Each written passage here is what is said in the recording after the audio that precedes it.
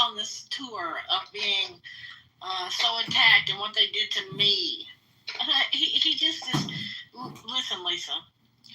He would probably do anything at this point to throw everything off on the Democrats and any of the Democrats leaders. I wouldn't be surprised if they came out with papers and nobody was on the. He wasn't on the list. Everybody else on the list. And he's probably gonna say at some point in his pocket, Elon's on the list, fucking JD's on the list. This man throws everybody under the bus, so they can laugh while it's Obama, right? They can laugh and he and like he's crazy. Let him stay in the presidency. But when he starts throwing the wrong people under the bus, then what's going to happen? And Pam Bondi will do whatever he wants. So it's what it is at this point. I don't know how successful he'll be in this distraction and redirection he's trying to do. He's promising these people files right and left on everybody except for Epstein. He ain't talking about it now. He ain't talking about it now except to say, y'all are stupid. Quit talking about it. That's what it is. It's distraction. He's cornered bad right now. So, April, there are a lot of things I question about, the things that you say sometimes, but I got to give it to you. This time, you said that interview was a nursing home visit. You said that it was a nursing home visit. I fell out on the ground and I had to put my knee brace on because that was hilarious. That was hilarious. True. If you've ever been in a nursing home and you see, now listen, I had to go draw blood on these people and they sit there in front of the TV, all of them with their oatmeal. Bless their hearts, this is not to throw off on people, but when you have people in memory care, this is what happens. They start on a tangent and then they over here talking to each other and nobody know what's going on. But people who work with him, we hear the same story every day. That's Trump, every day. This man is sundowning every single day. He's in a loop and he can't get out. He won't get out of it. And he's surrounded himself with yes men and women who will continue to use him and do whatever the hell they can to get the power they need and money they need and whatever else. It's a shit show. At this point, we're a circus. We are the stupidest, most ignorant looking fucking nation on the planet right now. Well, I'm about to use the hell out of that shit, so thank you. That was a gift. Bye. You're welcome.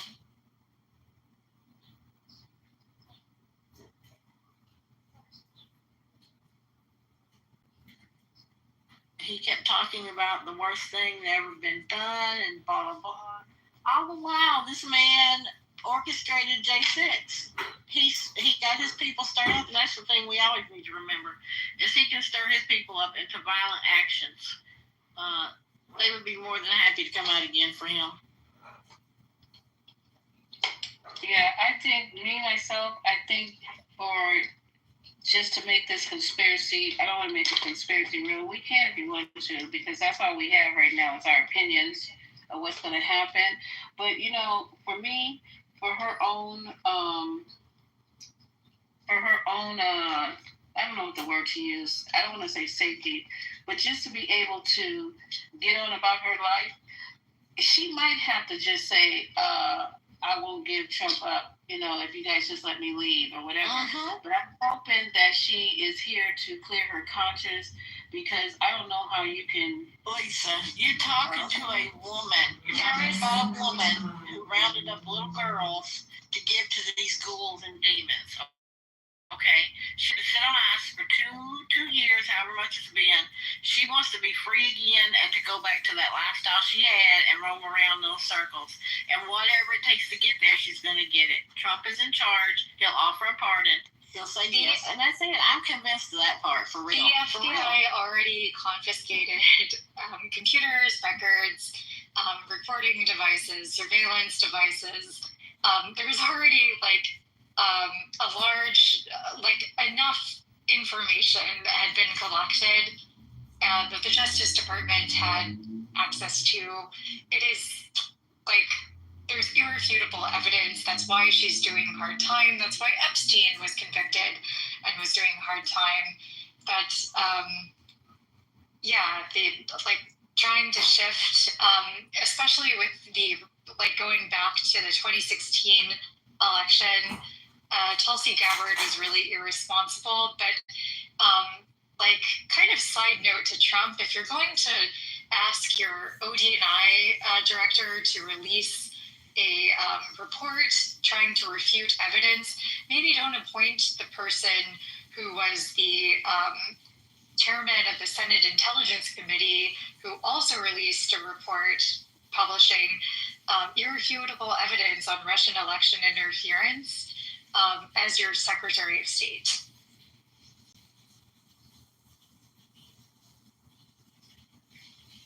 Kelsey did say on Joe Rogan in 2016 that there was Russian interference in the election. Yeah, there was irrefutable evidence, and it was already documented heavily. It was published.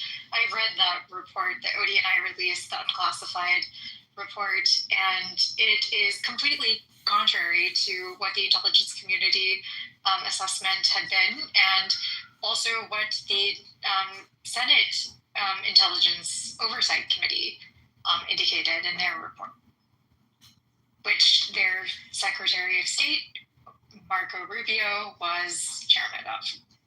But wait a minute. I thought Donald Trump went to Putin himself and asked him if he did it, and Putin said no. I thought that just cleared everything up, right? In Helsinki, right?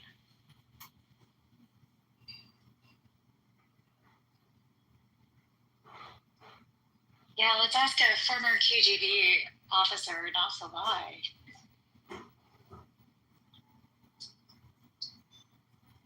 It's just very odd that the only times Trump won the presidency, I'm using air quotes, won the presidency and became president was when Democrats were fully in charge. I find that interesting.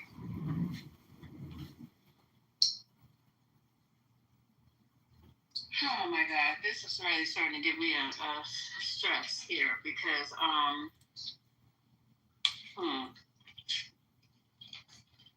And we don't know. Gasoline could end up, with some cameras going out wherever she's at. Who knows? Well, yeah, I think that I don't think they're going to allow the news in there. Is that what you're saying? No, remember the cameras went off when Jeffrey was in the pen, in the holding pen. Oh, you talk about, I don't think they can go that way with this, Sister White, because everybody's watching it too closely, and they know that what happened to Jeffrey Epstein, how are we going to replicate that? Simple. She gonna choke on something in the cafeteria. I don't know. Oh my God, not choking on something in the cafeteria. I don't know how they're gonna get away You with it. fell outside and hit her head on the concrete. Wow. I'm open to everything these people can do. I don't put, I put no restrictions on them. And what I say, people can call it conspiracy or hearsay or whatever. Sometimes I dabble in that. I ain't gonna lie, because it's funny. But it's anything. At this Give point. my conspiracy theory. I've been chilling, quiet. Yeah, jump in whenever you can get in. I believe that the only way Donald Trump is going to get out of this is if they give his ass a heart attack. He's going to be the one that they commit suicide on. They're going to shoot him up like they did on Scandal that time that they killed the vice president. Y'all remember? No spoiler. They gonna shoot him with like some kind of drug in his neck, like a really small little hole. And being that he already got all of these ailments, it's gonna look like he had a heart attack. And then the Epstein thing could just go on away because he'll no longer be in presidency. I win. Anybody want to add to that? Because I mean, look, if you watched, 5-6 seasons of the show 24, you would also know that what Brooklyn's talking about is very close to reality. Well, I hope he's the one that goes. I mean, I know this room, but anyway, I'm just saying that I hope the person who committed the deeds, the dastardly, nasty shit, is the one who goes. And him and Jesselyn both can get it as far as I'm concerned. But I don't think I want Trump to be the one left here to gloat and think he actually got away with something else again. You know what I'm saying? It's just like enough of him. It's time for him to be able to pay for some of the crimes that he's committed. Take responsibility. Well, not take responsibility. Be held responsible for some of the shit that he's done. Otherwise, he's back to scot free, running around doing what I do. Throwing Obama's name out like that is so disgusting. Exactly. And Martin Luther King. Every black man. No one is above him taken down, and he's gonna start with the black community and the black community. Okay, He already gonna mess around and do is force. He gonna mess around and force Obama to actually come off the mic. And you notice how he wanted to just Obama. See, but Trump, I gotta check with my lawyers and my team. Well, I got some really brilliant people around me. But because he wants to make Obama have to pay solo because you hear the fear in his voice about the Clintons. He had no problem going against Hillary, but he definitely understands that Clinton got some deep roots too now. So it comes down to a loyalty game. And this is what's funny, history will say about watching him. You're in the swamp talking about draining the swamp. You up in there because you know that now you're in a different level when you talk about presidency and different things. See, now you're sitting in a seat though, unlike Trump Tower. It's a little bit different when you represent 330 million people. I know you represent who you represent when you're at the casinos and Jersey and Atlantic City. That's one thing. And the businessman dealing with China on the business level, but to be in the seat of this thing, George Washington was number one, and you sitting in this seat now, and what that power yields all over Earth, and at this time in history. See, I don't think he's wise enough to understand it's bigger than him. What he's doing on his own personal level, and all those that are connected to him doing what they're doing on their own personal level, and everybody want to survive. And so, but this whole idea of justice, man, that's such a beautiful feeling. When you strive hard, and you're amongst the people that strive hard, and they always come up on the short end of the justice system. But now you have the Justice Department, in the name of the United States of America, is going to look into it. But see, the world is watching, man. You got to imagine 100 years from now, when the smoke settles, 100, 200, 50 years, whatever. I just take comfort in that, to know that, people are going to speak about you, man. Whatever you're doing right now in politics, keep on running with it, man. You want a little more leash? Run with it, man. But if you think you fooling the Supreme One, or you think you fooling people, bro, keep on running with it, man. No problem. So with Barack and whoever sits in that seat, Barack, name a president. You sitting up on some real stuff. So you're watching a man that has no problem throwing people under the bus. You watching this, and he been knowing this. But when he saw Barack, this black man, president of the United States, that spurred him up. Tea Party, that drove something into the core of certain people across this country. Yesterday we was in the room talking about white genocide. When white supremacy starts to lose its grip on the planet, which you watching. Now you're talking to the Philippines, you have Africans over here, and you speak English so well. You're a fool, man. You in front the whole planet talking about a country. Oh, wow, your English is so great. Man, the world, like Lisa, you said, the world is watching you, man. So we're going to have to all be at the mercy of it because we didn't create the Constitution. We born into this thing. We didn't create the Naturalization Act of 1790. You know what I'm saying? But it's well documented. White people, for 2 years, you can be a citizen. And that was a few days ago, man. 1863, the 14th Amendment. This is America, bro. And we over here trying to make America great again. When was it great? Who ask the Native Americans when it was great again. Ask the so-called Negroes when it was great again. So now people are coming into the country to build it up, and you want to throw them out the country. Iceman's coming. Bro, people want to live as much as you want to live, whether you got billions or not. The desire for human beings to live, it requires truth and nutrients and right stuff in the body. I don't give a damn. You can eat M&Ms all day if you want to. Yeah. April. I know. April don't want to hear no more. I got you. You put the airplane out there. No problem. I know it's a lot to swallow. That's a lot to swallow. Let me land. 3 minutes, love. Come on. Let me land in. I know it's a bit. I know that you're gonna give me the mic that often. So, but let me just say the stuff that the millions of people would like to say. No, it's okay. It's okay. Don't worry about it. The truth gonna keep unfolding, bro. No, you're Tomorrow, not next week. You're not Run wrong. from all of this, man. The jig is up. The jig is up. So go ahead on, man. We watching this unraveling of America. We watching it in front of our eyes, man. You know what I'm saying? So no problem. Trump, Biden, Obama. Who's next? The world is watching, man. No problem. Do your thing, y'all. But we ain't stupid. The planet ain't stupid. I don't care what the CEO says. The world is watching, man. And the babies. I'm going to end on this because you want me to go? Jesus said these words, suffer the little children to come unto me. Bring the children to some real loving individuals. Get them away from these devils. Y'all can have your room. Okay, thank you for that. Oh, come So on. now, Now, let me come on, see. y'all. What's up? Come on.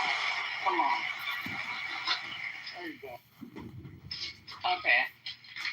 So now let's see if we can turn this back around and connect this to what's going on with Obama and MLK. Let me see if I can find anything else that's come up more disparaging. But you know, the rooms on Clubhouse are being held by who Sweet's talking about. This is your own people throwing MLK under the bus, helping to throw him under the bus here on Clubhouse, so don't get it confused. Let me see. I'm just trying to find that other article. Have you guys seen anything to update what's going on with let me see if I can see if they did it. Because now they out, nobody gonna be talking. They're gonna be on the news shows now. They're not gonna be up there, you know, in Washington.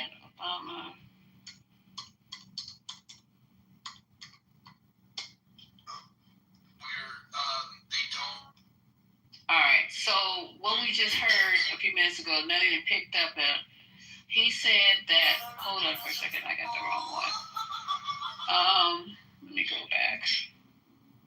I don't know why my phone has an echo, but I'm gonna deal with it.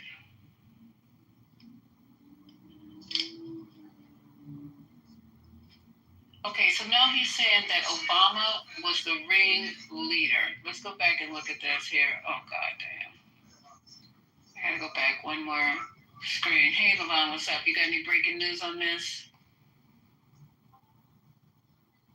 Very on the fringe type of thing, where you then get kind of pushed. That's a video. I don't want to play any more videos. Wait, is Donald Trump's wife? Lavon was on the stage. Y'all see Lavon raise her hand. Did y'all bring her up? I give myself a little treat by wearing jeans into the office the following day. The partner stops. Come on, y'all see I don't Lavon? see any raised hands. Where's she at? I don't know. She raised her hand. And then, I'm looking through the crowd. oh, maybe she went back out. But I saw her hand. Maybe I I don't see her. Okay, let me see. Oh, there's a raised hand. That's the Wait, is Donald Trump's wife the first lady that did a full spread model? What do you mean by full spread model? She was a model. So she got Playboy, hustler. Oh, you're talking about nudes. You're talking about nudes. She was featured She on was the RT, first Russian lady. TV. She was the first lady trafficked by Jeffrey Epstein. Is that what you mean? Oh, damn. Now, I That's know layers right there. Yes. Yeah. That's true. Tell us, Scotty Plus. She was the first lady who was trafficked. Yeah. Ooh. In spirit, it's not Scotty Williams. He's transformed now. I'm used to calling Spirit Scotty, so sometimes I mess up, but he understands. That's all right. That's a good one. Hey, Lisa, what's up? Hey, girlfriend, we've been up. I don't know why we up 8 o'clock this morning or beyond, talking about this whole thing. Well, they offered Jesseline. They actually subpoenaed her. Remember, she was talking about we talked about this yesterday. We're just trying to refresh the people who are just getting into it. But yesterday, Jesseline was asking to come before the house that I can recall. She asked, and then they kind of like ignored her, kind of like silenced her, and didn't say too much about it. Then next thing I know it, they're saying that they were going down to speak with her. They agreed to do it. Then 14 minutes after that, they issued a subpoena. Did you hear about this? I haven't heard the subpoena, but this administration is acting like a banana republic. You got what's his name, Mike Johnson. It's crazy. He is putting Congress in what do you call it? Like he's sending them off. They're on their summer break. Yeah, that's it. Yeah, so, and he's doing it early, so they can't really do anything about the Epstein because the Congress is not in town. And then the really big thing is this Todd Blanche. I think this is his name. I'm doing my steps now. The assistant to Pam Bondi. I believe he was Trump's personal attorney. This is highly, highly unethical. Highly unethical and a conflict of interest. And Trump's sitting there lying, but he has no idea what's going on. Yes, sucker, you know what's going on. You already told them what to do. This is very suspicious. I wouldn't be surprised if later on they damn pardon this damn lady, okay? Because now all of a sudden you're going to go talk to... Can you say that again? They did what to her? But they pardoned her at some point. I mean, she got nothing to lose. She wants her freedom. I don't know what she says. It's like I can trust it with this Department of Justice. I'm sorry. I just don't trust this. This just seems highly, highly suspect, Lisa. This is not, like, if you want to release something, I don't really care about the grand jury. Release the FBI 302 investigative reports. That's going to show stuff. Release that. They're very selective about what they want to release. Highly suspicious. I don't trust this. I don't trust like that. Kind of shit right now. I don't trust like that.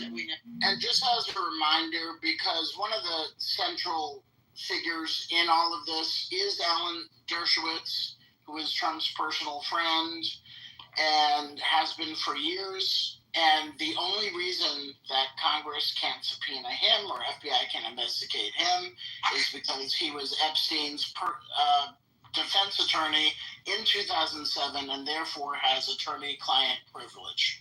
And even though Dershowitz has been on the list and the flight logs as many times as probably anybody else, they can't talk to him because of attorney-client privilege. There you go.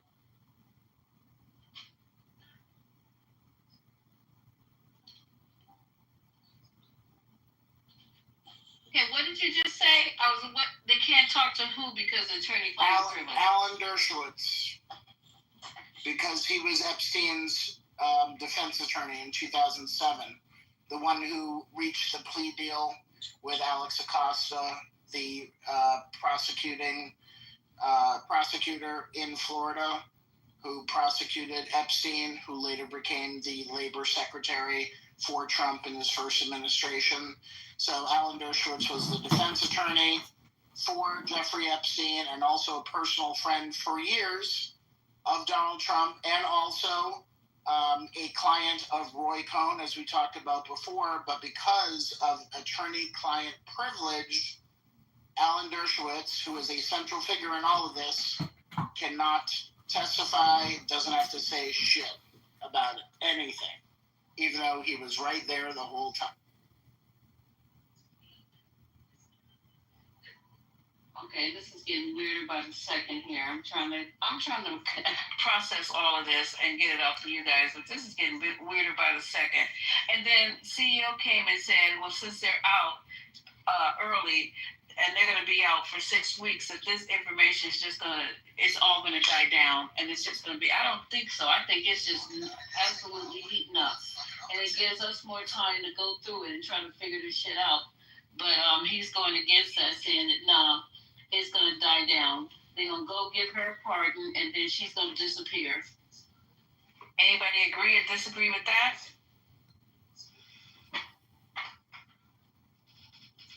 Well, they'll do anything because it's a distraction. Anything that they throw out there is going to be a distraction on this whole thing. But I don't think she's going to get you guys think she's going to get a pardon and then disappear? Oh, you're Once talking they about go up there and talk to her? talking about Gasolina? Yeah, Gasolina. Yeah, I mean, sure, it's why not? But whatever she's gonna say, it's going. The only way that she can get a pardon is if she says the exact thing that the Trump administration wants her to say, which would be to not implicate Trump in any way, and maybe even, who knows, make up some other shit so that she can That's get my a pardon. concern. Now, the pardon may not happen right away because of optics. You know, they may say, hey, we're going to pardon you on the way out, when I'm on the way out.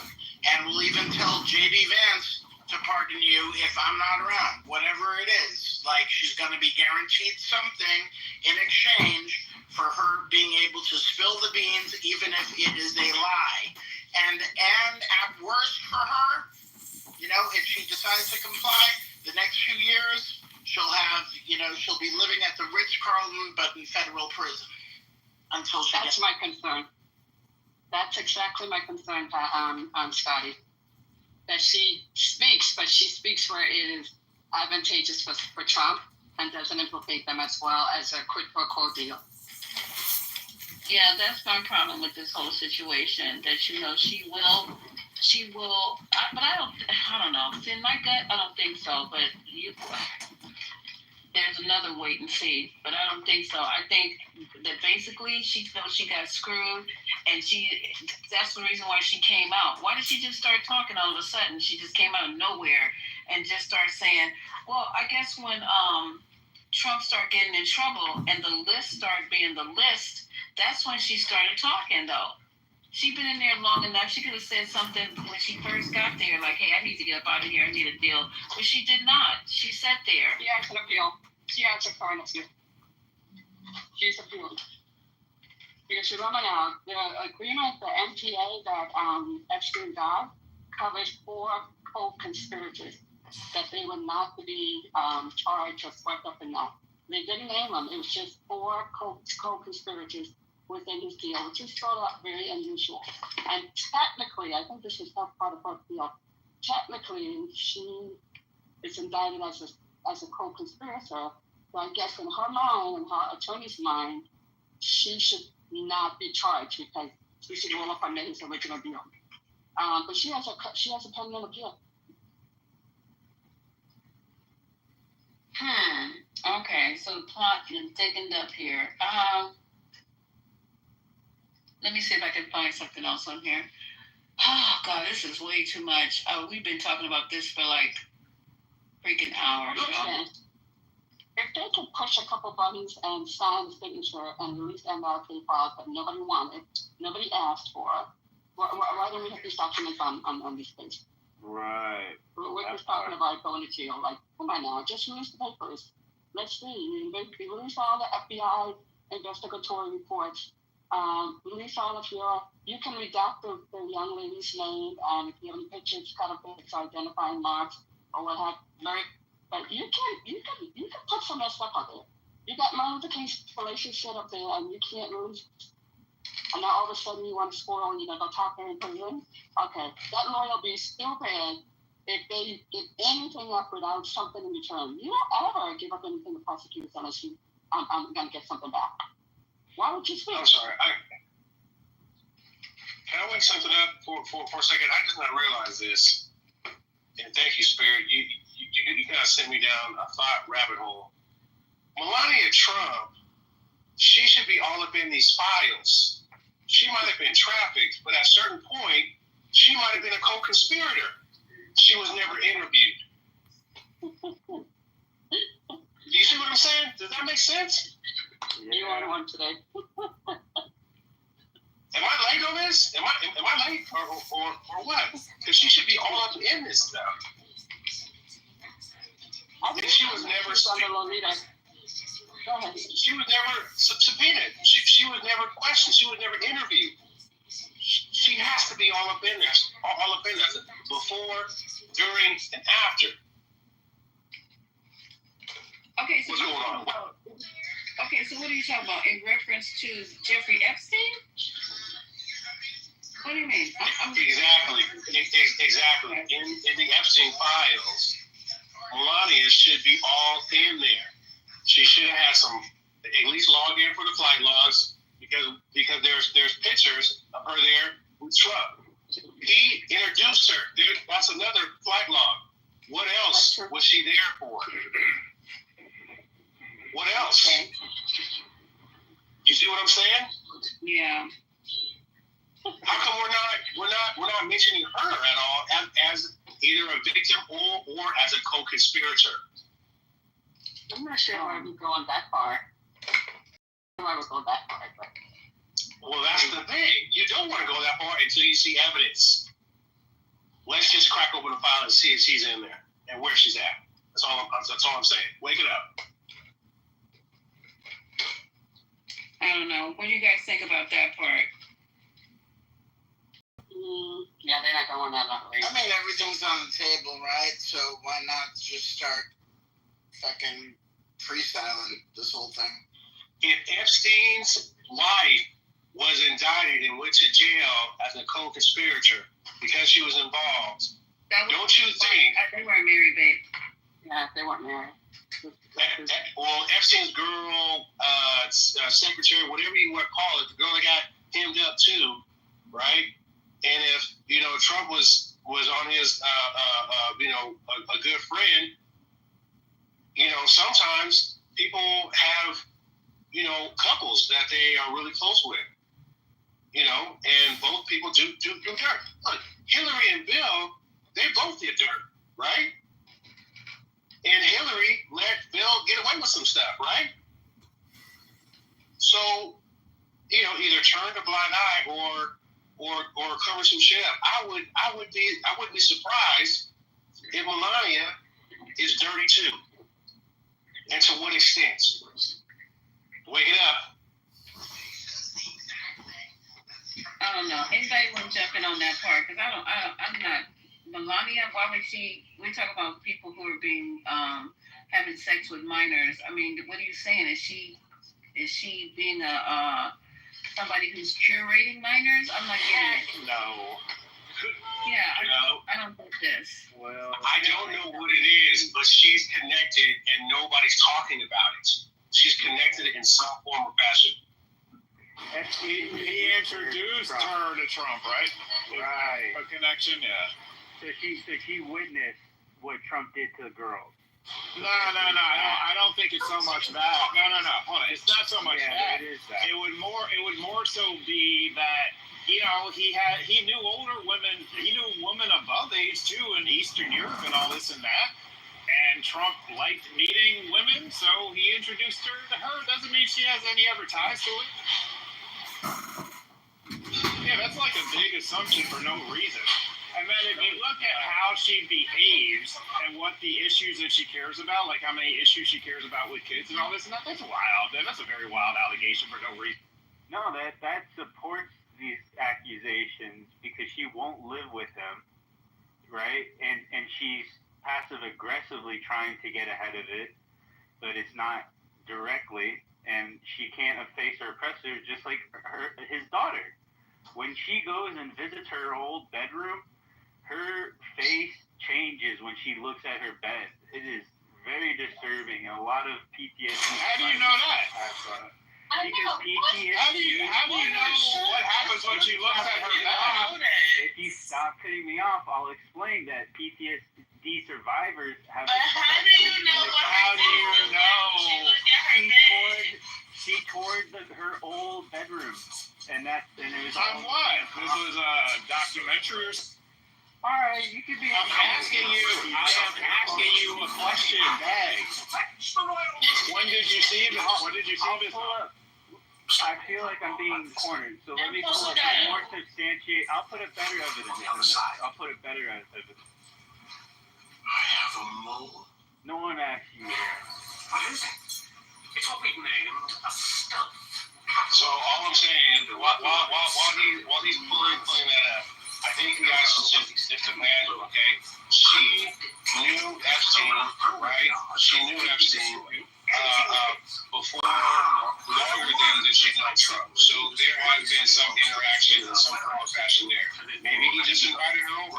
I don't know. But afterwards, the question is, did she also continue to go to some Epstein-related events, right? Did she go? Is it possible? Yes, it is possible.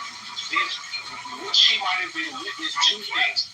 Possibly. Would she have witnessed or had a chance to speak to people or interacted with people that were molested? Possibly if she was there at this function. All I'm saying is she's in the mix too. She's in the mix too. And in some form or fashion, she has to be recorded being there because there's already physical pictures of them together. The question is, what's the rest of the story? We're dodging it. Part of the issue is that they can't touch her because any communications between her and, let's say, Trump is part of marital privilege in courts, spousal privilege. So all the communications, testifying, all that shit, they can't touch it. So it's not even worth going after or trying to dig anything from her because you're not going to come up with anything that's going to help with the case. We will see that same type of energy apply when they start attacking Michelle Obama for whatever reason. It's going to look, there is no rules to this. You still have to ask the question. What was her involvement? Was she involved? Let her deny anything and everything. It needs to be addressed. She's in there. But it's a silly assumption because, like, if you think about it, she would be at the events with older women. It's not like they would mix the sort of two events together. That's why it's silly. You act like it's all one big thing together, as though he doesn't have clients that have different interests, and then he curates those experiences based on what their interest is. The thing is, we don't know. You are assuming certain things. What I'm saying is, we don't know. The only thing we do know is that she was in his orbit. I don't know what happens at that point, but we cannot turn by and we cannot walk past this question. It needs to be interrogated. You can't walk past it because it's a big, huge, logical jump. Not when there's 4,000 bank transfers from his account to Epstein's account. You have 4,000 lines. Well, if you try to say he paid money for her, maybe. I'm not going to doubt that. Yeah, maybe Trump paid money for her. I don't know. Could have been. That's true. I'm not going to say that. I was arguing about the thing about Melania being involved with kids. I just don't believe that's true for her. No, okay, look, I'm not asking that question, okay? The question I'm asking, to be very clear, is what was the extent of their relationship? And how far can we reach into that to uncover? Yeah, she was probably on the payroll. Yeah, she was probably on the payroll. Okay, I understand that. I got it. And he didn't say she was involved. He said, what does she know? Does she know anything? Exactly. I don't know if she knows anything at all. She might not know nothing at all. But the fact is there is interaction. There is documented pictures. There's interaction. So the question is, how far and how deep is this story? That's all I'm asking. Worth examining. Yeah. I think so, because for some reason, we're willing to talk to a bunch of other people. We ain't willing to talk to her. It's going to be, for some reason. Yeah, it's going to be hard while they're still married. All right, go ahead. No, it's a waste, but who's going to examine it? The people that are in charge of the government right now? They're not going to do it. It's not worth it. It's stupid. It's a rabbit hole that is not going to yield them anything other than contempt for the side that is going after Donald Trump and trying to tie him with Epstein. I agree with Scotty, Dan, because it's a conflict of interest to them until they come forward. It makes no sense until they come forward. We're going to be kicking a dead horse kind of thing. Well, if they come after Obama and pull Michelle into some bullshit too, then everybody's fair game. Well, that is a good point. Why are you waiting for decency? What is it that can be done with Obama? If they I'm saying, what could be done? is enough. If the DOJ has to, swing on Trump, dingling, and drag Obama at all, everybody needs to be fair game. Because that shouldn't be okay.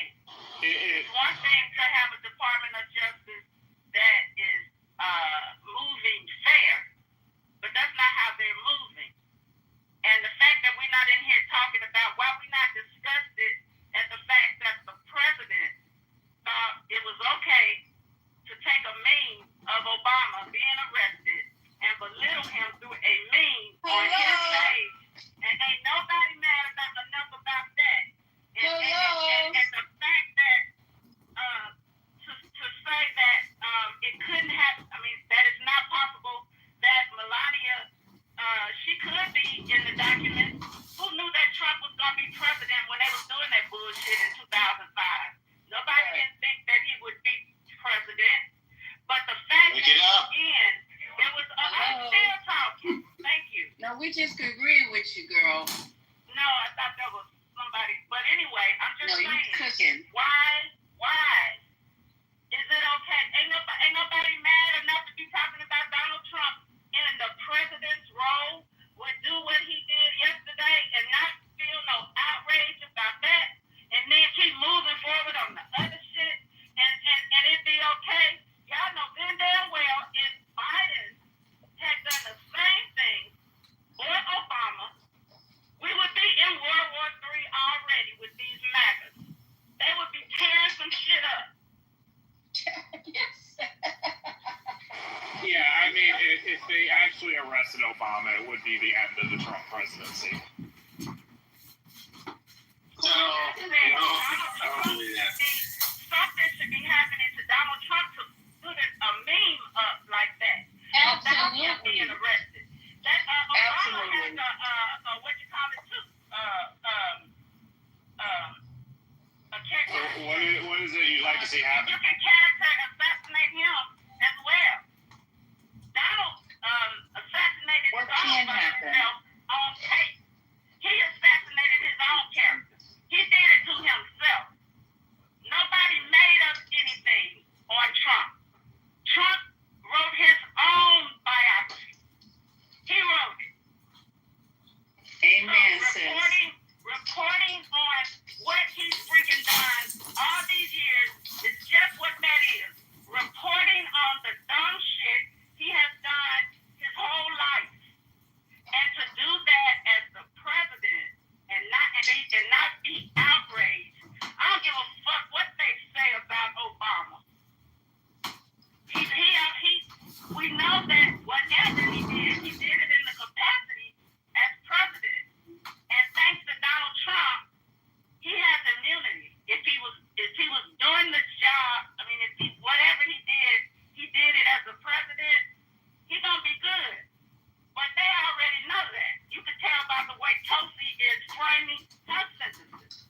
She ain't said nothing for sure. That's for sure. She's participating too. She choosing her words as well. This is about dragging Obama. It's about misdirecting from Epstein. They found something that worked. The Obama thing is working for the misdirection. That's all that is. But they're threatening treason. They're threatening treason. That is his life. It's more than his legacy. That's his life. But it's more than legacy. There's no treason argument, though, man. Come on. Everything he said, the only word they're using is treason. Let me go look this The only word they're using is treason. The only word. That's what the base is using. Yeah, because they like to feel. That is a threat on his life. That is a threat on his life. CEO, hello. That's not the base. That's Pam Bondi. She used those words. What are you talking about? Do I have to play it for you? She used the words. And then she released some shit. She said Obama is going to be charged with treason. She said that? She said that. She said it is treasonous. It is treasonous. My first time here. Yeah, that's a big difference. That's a big difference. See the wording difference, Lisa? There's a big difference between saying he's being charged with treason versus that behavior is treasonous. That is language you use when you're just talking shit. Okay, so she said she is submitting the paperwork to the DJ, and she said it's criminal. So what's the criminal charge then? And she said, They don't have one. that's all. That's Lisa. There's That's no way political games. Come on, Lisa. You know these games. You've been at this for a while now. Even though I hate the language, I have to agree with CEO on this. Yeah, They're not going to charge him. this is bullshit, and literally they know exactly what the Trump out, so black people will get all up in arms and start ignoring the Trump, the Epstein files. They just dangling keys. And MAGA, and they get MAGA all geeked about it. Yeah. And now MAGA's not You talking gotta be about smarter it than anymore. that. Okay, You gotta be smart. It's a shiny object that works. Hold up, man. Hold up, Black Kings. Let me tell you something. I can agree with you to a point, but let me tell you something. You said so black people can get all up in arms. First of all, the woman is putting herself out there for a fucking reason. Why is if it's a nothing burger and she just wants to divert? How far? No, listen to me. How far is she willing to go with this shit? Till what? She put herself out there. She just said that it's a criminal act. So you think they just gonna say that and go sit down somewhere? Lisa, she's done it already. She's put herself out there many times. She said, "These Epstein files on my desk." No, they're not. She's done that over and over again. Nobody's ever going to kick her out. She's lied over and over in front of the press, in press conference after press conference. She's lied about charges. She's lied about charges that they were going to bring, that they weren't going to bring. She's flip-flopped more times than a beach that's in the typhoon, a flip-flop that's at the beach in the typhoon. Nobody pays her any attention. She does that all the time. She's more of a publicist than an attorney general. Right. Nobody pays her any attention. So the fact that we would ever get upset about Submitted it to the DJ. Where's it going? it ain't going nowhere. In the trash. In the shredder. There's no way he's being criminally charged. He has so much immunity. Presidential act. Well, they'll have some congressional hearings on it. They'll make some more noise about it. They'll basically they'll make as much noise until the Epstein thing goes away. Once the Epstein thing goes away, this will go away. Exactly. This is a shiny object that works. They're going to stress his life and his world out. It is undue, it's unwarranted, it is unneeded, it is unfair, right? That's what this is. They're gonna stress his world, everything about him out for no reason, and everybody else that supported it for no fucking reason. That's what this is. Yeah. This is not nothing.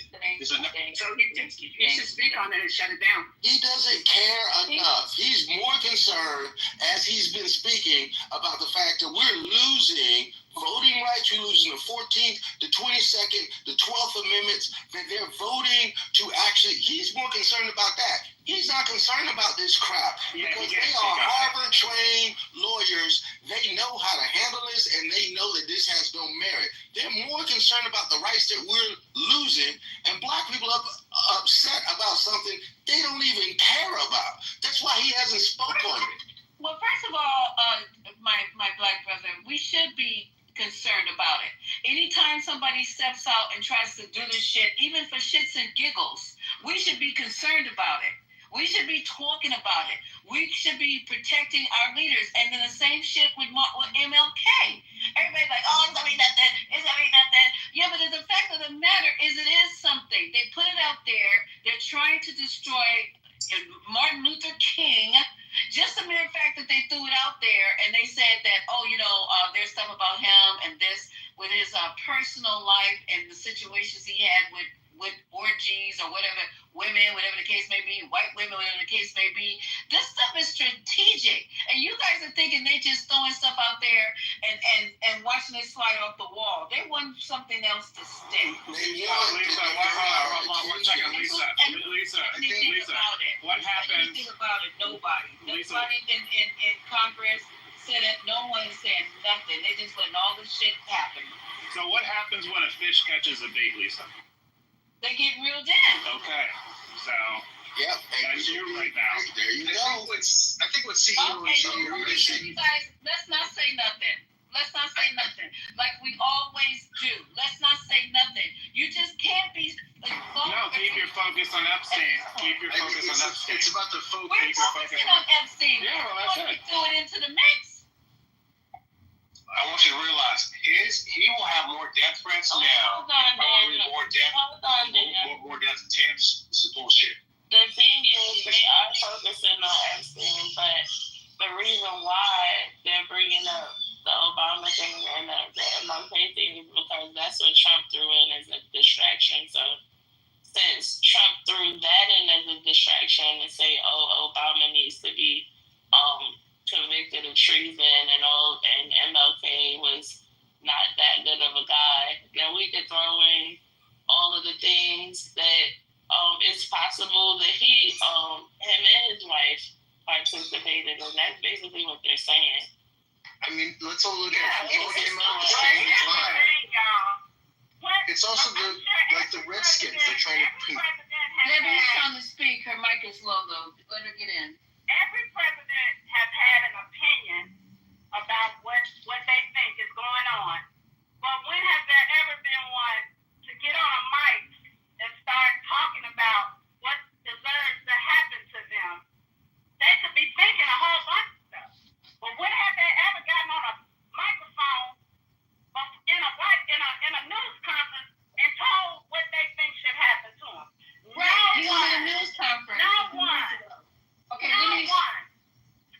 That's not right. Y'all, the man don't move like a president, and it's crazy. And then they want us to just say, oh, just sit up here, just sit up and take it.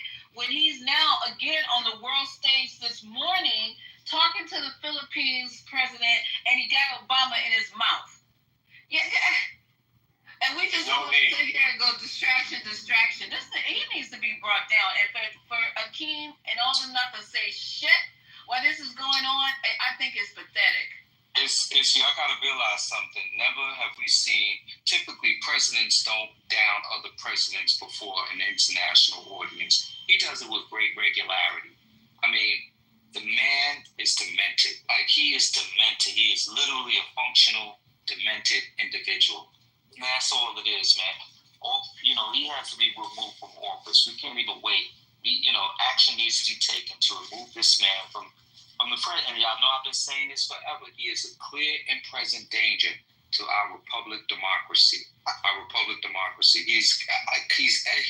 He shows it every single time he opens his fucking mouth. He is a vile, insidious person. And he hasn't veered from that. He proves it to us every day. Every single day. I think you're giving him too much credit, Robert. I think you're giving him too much credit. I think you're giving him too much credit. I think he is a scared little boy that is terrified that he's about to get caught red-handed. That's all. He's terrified, and the only thing he has is what he's been screaming for the last 2 decades. Lock up Obama, lock up Hillary, lock up Biden, lock up the swamp. He's been calling for this forever. This is not even anything new. He just happens to be president again. He was saying that the first time. If COVID didn't happen, he would have followed through with this before. He is playing the same play. It's not new. And he is terrified that the roosters are coming they're coming home to roost, and he's going to get caught. I don't think he's even that smart to be vile and despicable. He's not that intelligent. He's just terrified that there's no one left to protect him. Nobody will take his case. He has to represent himself at this point. He's terrified, Robert. He's a scared little boy, and his ankles are too big, and he's about to die. That's all he is. If I could add to the last thing I want to add, the last thing I want to ask the CEO is this: what you're saying is very rational. Yes, his government apparatus, right, is just trying to deflect. Meanwhile, these MAGA people are going to attack him as well. And when I say this, that his life is now in danger, because while the Trumps are trying to get a distraction, the mega crazy people are fine trying to attempt his life as collateral damage. And the only thing the president's going to say is, man, that's just a sad thing. When he incited this shit in the first place, his life is now fucking in danger, CEO. I need you to realize that. Don't take this as a fucking nothing burger. It's fucking bullshit. I don't think it's a nothing. I don't think it's a nothing burger. Yeah, I want to clarify on that. I never suggested that. It's very crazy. Robert, give me 1 second. Just 1 second. So Robert's point, it's a very serious and disgusting thing, and it shouldn't happen. But I'm just talking about the legal side of it and why it's being done. So we can have both conversations. I'm not worried about the legal side. Let's have it. He does a dog whistle, guys. Hold on, wait, guys. This is his dog whistle tactic. What he does is he finds individuals, he labels them, and then he presents a case that puts a battery in the back of some mentally unstable individuals in his minions. He is risking the lives of the individuals that he keeps naming over and over. So they get emboldened, and the next thing you know, they're taking out attacks. And check this out. They haven't even addressed the fact that a senator, a sitting elected official was murdered. We didn't hear about their funeral. We didn't hear anything about that. 2 of them. We heard nothing. Like at all. Have you guys heard anything of what happened to these guys? With the funeral? We don't hear anything. It's like there has been a collective mute. No, you don't hear it enough, brother. Somebody came to their door with violence, and that should be a way bigger issue. It can happen to any one of us. Assassination. It absolutely is. And so I don't play this man. I think this man is very, very dangerous. Very dangerous individual. I don't think that anyone's arguing with that necessarily. Okay, so CEO and GA, did you hear? I just want to Should I get it at some point? Question. I am thinking right into this. Did you guys hear? Now he's on the world fucking stage with another fucking president, and I don't care what you guys say. I'm gonna keep on talking about it. I don't care if it's a what and what. He's on the world stage with another fucking president, and he opened up his trap again. Do you want to hear it? And said that Obama's a member of a gang. He is. What is it now here? He accused Obama. Let me go up and I have to read whatever his exact words. And Lisa, do you remember what he said and did with Obama in January? No. He talked about how pleasant he is, and he invited him to play golf with him. So he uses. So this is the thing. So this is the thing about it. He uses Obama as a political weapon. What's the thing? Hold on. Wait. Hold on a second. Give me a second. What's the thing when you break glass in case of emergency? Yeah. That's what Obama is for Trump.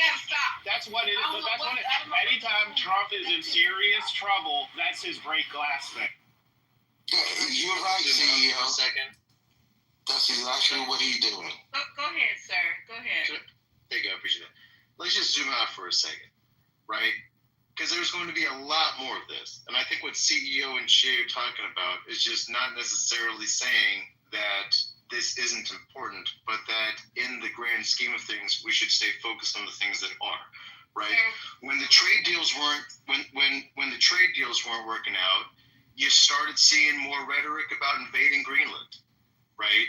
There's been distractions almost every 5 weeks whenever some shit goes wrong. If it's not this, it's going to be something else. This time, it's, the Obama administration thing, plus also these sports teams better go back to their racist names, plus also, right? And there's going to be more of this. Expect another distraction in about 5 weeks. Every 5 weeks. This time a black man is in the crosshairs. That's the difference. It's a black man in the crosshairs. And next time will be even worse. No, it changes now because it's his number one. This was his number one thing all along.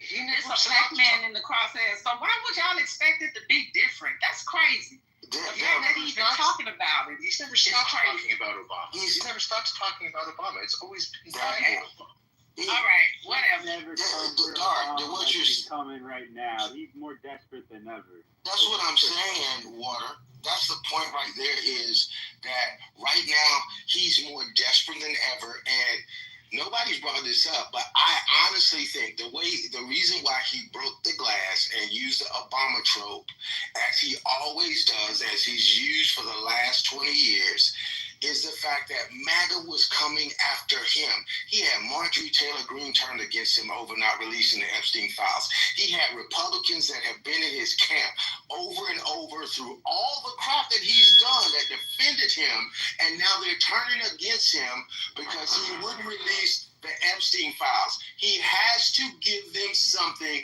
that's a bigger piece of steak for him to get them back on his side. So guess what? The only thing bigger than Epstein is let's go convict Obama. And that will get them back in ranks and on his side and flowing with him again. This is the steak that he trumps out just to get them back in line. It's not going to work. Because they weren't going to. It is working, unfortunately. I've followed the feeds. It is. Robert, I honestly think that to people like Marjorie Taylor Greene and some of the lower IQ Republicans, they have been salivating over an opportunity to get Obama forever, and they will easily fall away from the Epstein and holding his feet to the fire. 100%. They will fall away and say, let's go get Obama. That's what he's doing. That's all. Well, it's incumbent of the media to point out the facts, okay? Trump's own administration sided with those reports. Senator Rubio, when Trump said he basically believed Russia over his own intelligence community, and Rubio said, no, you shouldn't do that, that's incorrect. Russia did 100% try to influence the elections. That was Marco Rubio, and he had read. In addition, that was 2018. Then in 2020, he was in charge of the Senate Intelligence Committee, and they came up with the same findings. And then in 2020, the same year, the House did their House Intelligence Committee, and they came up with the same thing, that Russia did try to influence the 2016 election. The only difference with the two reports is that the Republican committee in the House didn't say that it was done to benefit Trump, but the Senate committee definitely said that Putin ordered it and it was to benefit Trump. These are his own people, so make it make sense, Tulsi Gabbard. What she's saying is she's twisting words, and she's not putting the whole fact. She's relying on a presidential daily briefing that does not purport to say what she does. So it's incumbent upon the legacy media, and when he does these gaggles, we have to hold him to the fire and put the facts in front of the American people. Not this bullshit stuff that they're telling. This is why I'm telling you, there's no way Obama is. There's absolutely no way. And you know why they probably made Tulsi Gabbard roll this out? Because Trump is mad at her over the Iran thing and saying that there's no intelligence on Iran having a nuke. So this was probably her way of having to make up for that. Yeah, she needs to get it. I said that yesterday. She just trying to get it back in his good graces. This ain't nothing new. The point is what whoever it was saying it. This puts his life even in more jeopardy. Putting that shit out there like that. It's not funny, and he has no right to be doing it. And he also said Obama spied on him. Bullshit. Obama was doing his job. They were looking into the investigation. He said Obama spied on him. He said that during the campaign, and they shot that down. There was no proof. Yeah, they shot that down, and there was no proof. He said it the day before yesterday. No, but he said it again in the campaign. Yeah, he said that during the campaign as well. And the thing is, the whole point is they don't mean to bring any charges. They don't even need to bring anything conclusive whatsoever.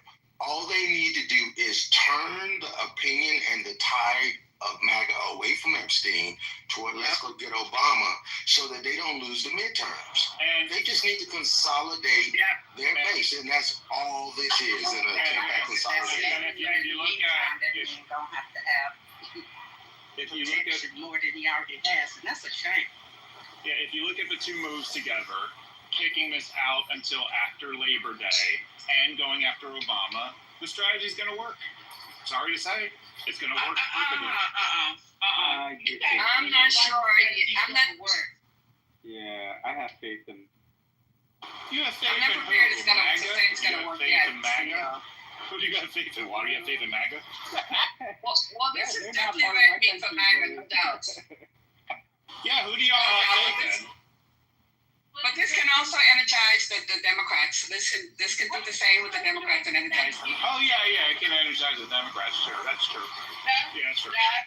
That's exactly what I See, you got at least that hyperventilating. This can definitely energize the Democrats. I don't play around. You know what? I don't play around like this. You know what I'm saying? All this other bullshit that they doing on the MAGA side is fine. But when you're coming after MLK, first of all, and then Barack Obama, second of all, to me, it's war. I ain't got time to be playing around with these fucking MAGAs. This is war.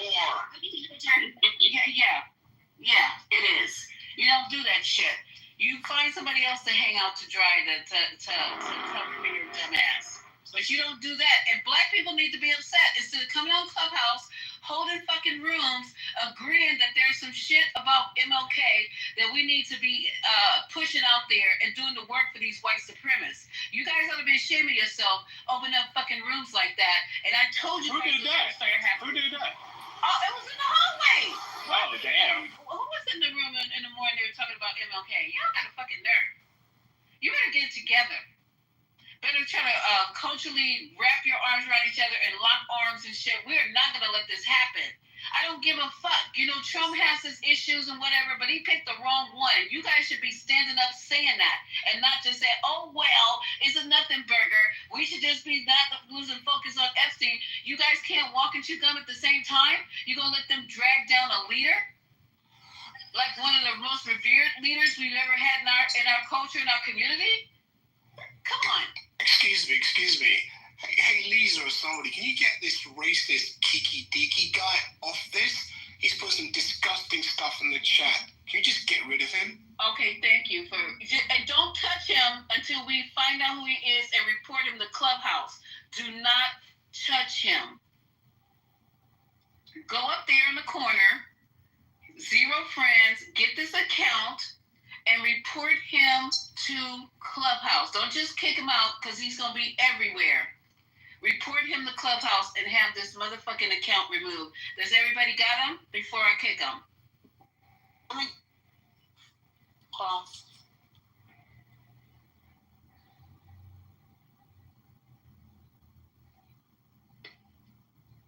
Click on him, report him, because all this stuff that he's saying is disgusting. I missed it, and I don't see it under the 3 dots. But maybe. Okay, so click on his profile. No, click on his profile. He's still in the chat.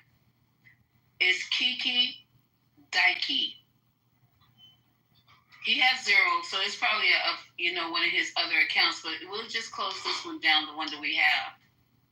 I just reported it. Done. You got it? Everybody got him? Okay, so I'm getting ready to kick him. We should have him by now. Let me take a screenshot of it first, y'all, so I can make sure. Yes, ma'am, I got it. I got it, Lisa. Yeah, because you're not going to be playing around here, bro. Come back on your other account, because this one's getting ready to get pulled. All right, cool. All right, so let me play the clip of what he said about Obama to the world today. And this stuff doesn't go away. This is what I'm saying. I don't know who should be responsible for the kickback, for this clapback. Should it be Hakeem? Somebody should be saying something about that. That this is just a little press conference. This is unacceptable. Yeah, I think what needs to happen, I think our senators need to challenge our networks that when they hear such things that they fulfill their role as a news organization and lay out the facts to the American public. When we hear insidious things like that, there has to be a segment created. The producers need to create a segment and say, hey, this is what happened.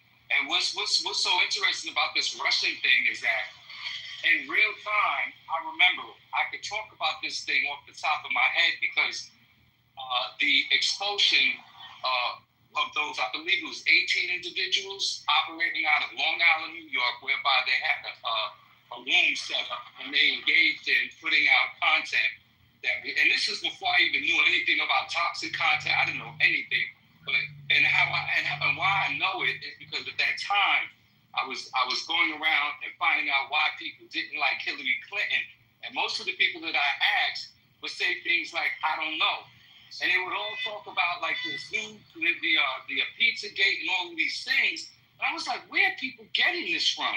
Little did I know that this campaign was underway and it was very effective. And people didn't even know why they didn't like her. People didn't, if you asked them why, they really couldn't at that point because we didn't isolate the negative impact of toxic content. And so that's what began my journey to really understand how this works, how foreign entities as well as domestic entities know that they can influence the minds of people. And so they get, Snowden went over there to Russia. Snowden, nobody even talks about Snowden. He's a valuable agent to them. He's a compromised agent that still operates in Russia. Therefore, in conclusion, I was very familiar with this Russian thing, and even Mr. Obama was surprised because his intelligence community brought this to him. He didn't order anything. He was caught off guard. And once the report was presented to him, he made the decision to go ahead and get rid of these operatives and sent them back to Russia. I remember it very well. Many don't, but if you look at the story, you will know the genesis of the story, and it was not him intentionally targeting Russian operatives. He was surprised, and it was brought to his attention by his intelligence community. Go look it up. Oh, God, thank you for that. He came back with a new account, Lisa. He came back with a new account. Let's keep banging them out. Let's keep LL. Okay, because also if you put down he's having racist remarks, make sure you add that he was racist against Jews. That'll really get him shut down. Okay, because just racist about blacks, they might drag their feet and take time. But if you put in there the comments he made about Jewish people, then I'm sure the Clubhouse will take notice. What are you saying, Lisa? Go look at the. I know about the Jewish thing. I'm kidding. I know what you're saying. I know. CEO, okay? I'm just being real with it right now. So she's saying, I need some drugs, so I'm going to go to the ER and say I'm in chest pain. Exactly, right? That's the first thing you walk in and say, I got chest pain, bro. Don't tell all our secrets, Lalon. Everybody be downstairs on the monitor. Okay, guys. I'm glad we had some levity in the midst of all this craziness that's going on. But let's do a reset. We just want to reset the room and let you guys know we opened up the room this morning because we had a long room last night that lasted till 4 a.m. talking about this situation with Donald Trump, Epstein, and before we could close the room, remove him, please. Yeah, wait, let me go. Did you guys get it? I reported him already. Yeah. Okay, let me get it. I haven't gotten them. Let me get them right now. Yeah, I reported him already. Okay, let me report him also. You ain't gonna have enough phones, bro. Okay, so let me do this. Okay, got it. Hate speech. Got it. As with Jews and blacks. Okay, got it. Okay, you guys can go ahead and remove them. I got it. If anybody want to go ahead and drop them real quick.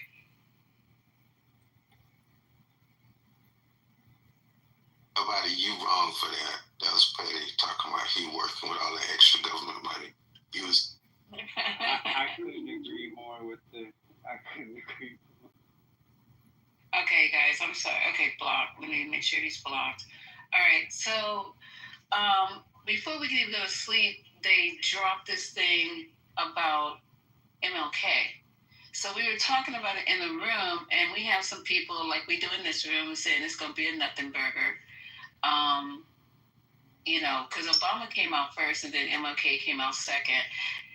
It makes sense to them, because now I'm the female Trent of the room, that there's going to be a lot of stupid shit coming on the heels of this in reference to MLK. I said, watch. Clubhouse, they're going to start opening up rooms and they're going to start disparaging this man for no good reason. That we as a collective and a community are not going to lock arms and just, keep our legacies intact. And sure enough, before we get close, the other rooms started opening up Clubhouse. This is crazy. Excuse me. I don't want to I just want to rewind. Did I hear you correct? Did you could just call yourself the female Trent? Is that what I heard? Oh my God! And now we can call it I be predicting everything now. You know what Trent be doing? So I predicted a few other things that you guys said was It's a red bag. It's right there. Oh God. CEO's I know. Can you guys? Okay. So let me just play the clip. I was trying to pull it up real quick. It's 8 minutes, but if it gets real raggedy towards the end, I'll cut it off. This is Trump once again. Oh, I didn't finish resetting the room. So we're here today talking about Jesseline or Gasoline, which we like to call her. First, she came out once they said that the list did not exist. I told you guys at that time, I said, well, maybe the list doesn't exist in the paperwork that they have, which I don't believe. But I said that Gasoline is the list. She was the madam. We had a room on the little girl, the two girls that they recruited at the bus stop, the bus station in New York. And the one who filed the rape charge against Donald Trump and Epstein was Gloria Allright's daughter. I forgot Lisa's last name right now. Lisa Bloom, that's right. And she was going to talk before the elections. And they were getting ready to hold a press conference with this now lady. And she was in Lisa Bloom's office. And she said, I can't do it because I've been getting all kind of death threats left and right. So Lisa came out and said, we're going to cancel this press conference because the victim is terrified. So this woman disappeared, but she let them know that the other young lady that she was with, that they both got raped, she literally disappeared. She let her go, but she wasn't released with her.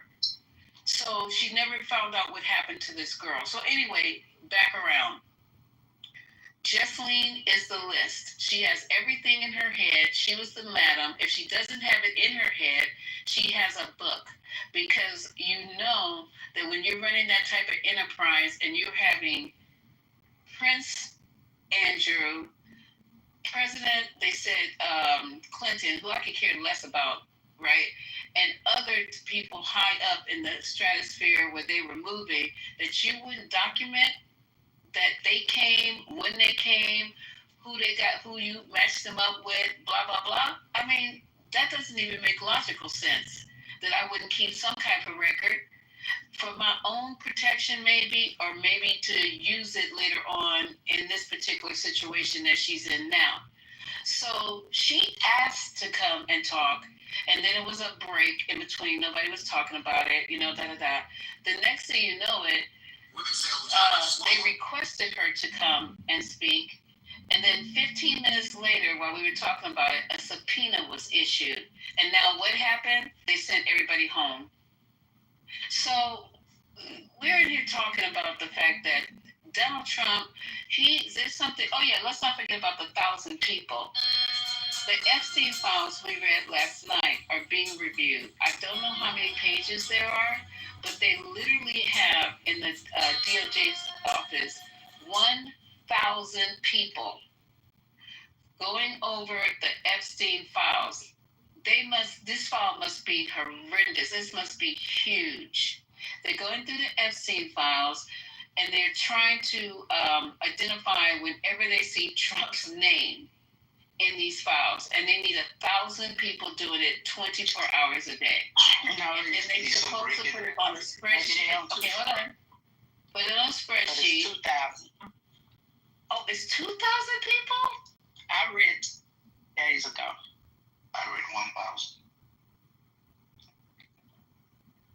It's a lot. I read 1,500.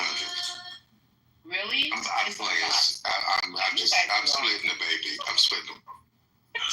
You guys are wrong. So for them to have to do that because they're trying to scrub it, don't you think they're trying to scrub it? What's the point of them having these many people just looking for his name in these files? I think that people are confused to think that it's just a piece of paper or it's a book of papers, because those files are a lot of documentation together. They're not just her documentation, but it's also computer files, it's almost flight logs, it's a lot of stuff. Remember, they are still trying to find out where Jeffrey Epstein made his money, because the pass-through entities are so numerous. Out of the last count that I saw, he had over 80 some odd pass-through entities that were shell companies. They still can't track where he made his money. So, I mean, it's going to take a long time to weed through all of that documentation. It's just not stacks of paper. And I think that's where people have this idea that it's just stacks of paper. It's not just that. There's a lot of different documentation that's in a lot of different media that people have to actually weed through to get through this stuff. I mean, you got to understand what Epstein did to get leverage, right? So I'll give you an example. The Prime Minister of the British Virgin Islands, U.S. Virgin Islands, he ended up paying for his kid's school, and that's how he ended up avoiding a lot of things there. So Epstein Hey, Lisa, I have breaking news. I don't know if you guys already talked about this. Can you guys hear me?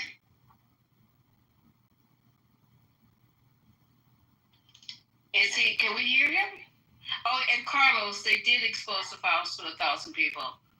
I can barely hear you. I was gonna say that Barack Obama's office has responded to Trump. Yeah, so they put out a statement. Out of respect for the office of the presidency, our office does not normally dignify the constant nonsense and misinformation flowing out of this White House with a response. But these claims are outrageous enough to merit one. These bizarre allegations are ridiculous and a weak attempt at distraction. I don't think it went. I should have just said fuck you. I don't know.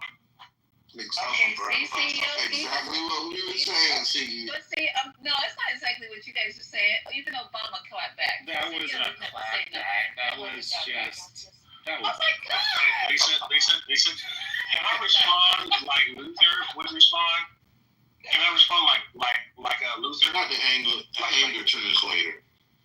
Yes, the anger translator. Okay, very simple. Shut your bitch ass up, motherfucker, before I really get up in your ass. What? Test me. Try. That's it. No, he literally said, Lisa, he said, generally we don't respond to the nonsense that comes out of the White House and this administration, but these are nonsensical. And he literally said, specifically in the statement, this is an effort for distraction. And that's all we were saying. Yeah, but I'm saying it was important enough to him and his legacy that he even had to speak out, y'all. That's what we're saying. I don't think somebody just made the comment that we should just ignore this and stay focused on Epstein. We can do both. That's what you're calling speaking out, just so I. He didn't defend his legacy at all. He just said it was nonsense. Is that speaking out? Yes or no, Lisa? Do you consider that speaking out? Yeah. Okay, you got a low bar. What else can he say at this point? But at least he made he said something. And you I guys thought really by can't speaking say out, nothing. you meant he was going to do a speech. That's what I thought you meant. Okay. No. And he can. I wish he would, though. I wish he would go and do a small clip on this. I really do. But he's gonna do what he's gonna do. He got people who are what do you guys call it? Talking to him, advising him, because that's a statement I would have wrote. It was very good. Yeah, I think that Harvard law would defend him, and I'm saying not just like gay person, I'm thinking the whole fucking department would probably rise up and defend him. Just to be clear. But the Constitution, everything. There's nothing to defend, man.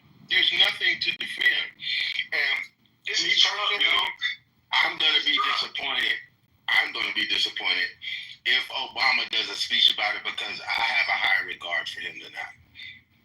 You don't even give miscreants and peasants the satisfaction of saying what you said even registers on my radar. You don't even give them the satisfaction. I mean, I would be disappointed in Obama if he even gives this any oxygen at all. This is Trump scrambling to get the heat off of him. And if he doesn't respond, then he's just like all the feckless Democrats that don't do shit. He has to respond. I love that. He has to respond. I hope he doesn't. I would be extraordinarily disappointed. I expect more out of him. All right. Well, I expect violence is a powerful response. Right. That is a response, and he doesn't owe him dick. He's an old for nothing. Obama doesn't even use that man's name. He never mentions his name, just like I never mentioned his name. Exactly, son. Sandra into his name. That sounds like Sandra. And Lisa, as your clubhouse friend, I'm getting concerned about how easy you get gaslit. And I'm concerned that, like, if you're dating a guy and you accuse him of cheating and he just talks about 8 other things, that you'll just focus on the 8 other things instead of... Then why you have to put me in that situation? Dang, CEO, really? See the way CEO You gonna do something? She's passionate about certain things. Let her have a passion. I don't know, Lisa. That was kind of low. You guys ought to be glad that people in our community are ready to, to fight and not just sit around. I mean, that's why you Dems lost last time. What do you mean by shots fired? What do you mean, you people? What do you mean, you people? Last time, you know what I'm saying? You can't read the room. Y'all can't read the room and shit. Okay? Lisa, what we supposed to do? Well, we're doing it right now. Oh, just talking about it? Well, no, I've already been on my phone 5 calls app. I don't know what y'all doing. Oh, yeah, definitely we can use that. Yeah. These leaders that we have need to be about leading, need to be about, getting out there into the fray, showing them that we just as tough as these fucking MAGAs. They go along with this shit, but you guys want us to sit back and look pretty. and say nothing all the time. You know what I would love to see, Lisa? Lisa, you know who I would love to see? I would love to see Obama be quiet, Michelle be quiet, and I this is just my personal belief. I don't believe that the whole of Black America, like intelligent people like us, and I'm not saying that Black Americans are not intelligent, but we think about this stuff and dig into this stuff all the time. Y'all gotta admit, 98% of Black America does not dig into politics like we do in this room. They don't. So I would like to see the people they pay attention to come out and do whole long diatribes about it. I want to see Meg Thee Stallion get on their ass about it. I want to see LeBron get on their ass about it. I want to see basketball players. I want to see football players. I want to see Denzel get on their ass about it. The people that the other 80-90% of Black America pay attention to, I want to see this on Shade Room. I want to see Charlamagne getting on their behind about it. That's what I want to see. I don't want to see Obama respond. I don't want to see Michelle respond.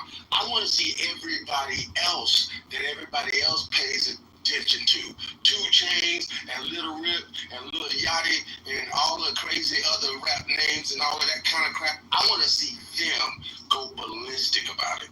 That's what I want. This is Alabama brawl when he throws up the hat. That's the signal. That's the signal. Everybody come out. Exactly. That's exactly what this is. Throwing up the hat. That's the signal. But we have to start it. We have to know. They have to see us being active and being upset and being on the want to brag about it. And we have to start the conversation, and we are in here talking about it. I know I'll be talking about it everywhere I go. It's and just judging the temperature where I'm at and letting them know this is unacceptable. We're not going to accept anybody going after MLK for any fucking reason. And Obama, it's just not going to happen. I'm not going to lay down and allow this shit to just happen. So anyway. I'm gonna rest the mic because my throat is hurting. Talking so much, my throat is hurting. Okay, so if you guys didn't hear it, I'm gonna play Trump going after Obama on a world stage. It's just getting horrible. Instead of just concentrating on whatever this president was here for from the Philippines, he's gonna literally in front of the world throw another president, the only black president that we've ever had, under the bus. He gonna try to destroy his legacy, accusing him of treason and sedition, and also saying that he was in a gang. I don't know how the gang part was in. It's just in the print right here, and I didn't hear it. So let me. Oh yeah, Joyce will have Mike G. Y'all want to have no Mike G? Are you gonna leave him in there? We should love a little bit just as lovely within here. Hellos actually becomes. That's up to y'all. We're looking for a yarn bunny. Alright, this is okay. Yarn bunny. Apparently, he has. Do you guys hear an echo before I play this? Because I hear an echo on my phone. I don't. But I got your speakerphone, please. Okay, cool. I'm literally hearing the echo, but it might be from my speaker. Okay, here we go.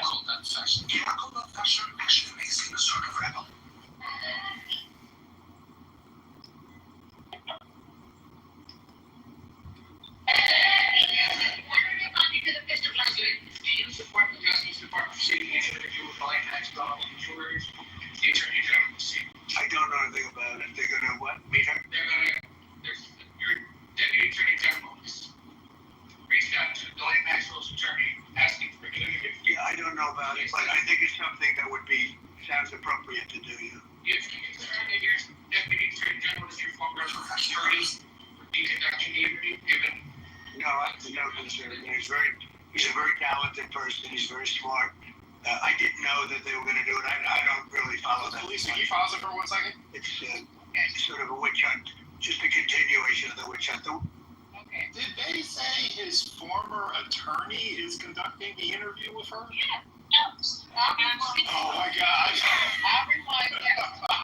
That's your personal attorney, CEO. That's the call. Oh my God. Okay, hold on. I'm going to rewind it for those who didn't hear it in the back because I heard it the first time, and that's the second time I heard it. Let me play it one more time. Mr. President, do you support the Justice Department seeking an interview with Ghislaine Maxwell and George, the attorney general? I don't know anything about it. They're going to what? Meet her? Your deputy attorney general reached out to Ghislaine Maxwell's attorney asking for an interview. Yeah, I don't know about it, but I think it's something that sounds appropriate to do. You. If you consider that your deputy attorney general is your former attorney, would you conduct an interview given? No, I have no concern. He's a very talented person. He's very smart. I didn't know that they were going to do it. I don't really follow that too much. It's sort of a witch hunt, just a continuation of the witch hunt. The witch hunt that you should be talking about is they caught President Obama absolutely Tulsi Gabbard. What they did to this country in 2016, starting in 2016, but going up to 2020 of the election, and they tried to rig the election, and they.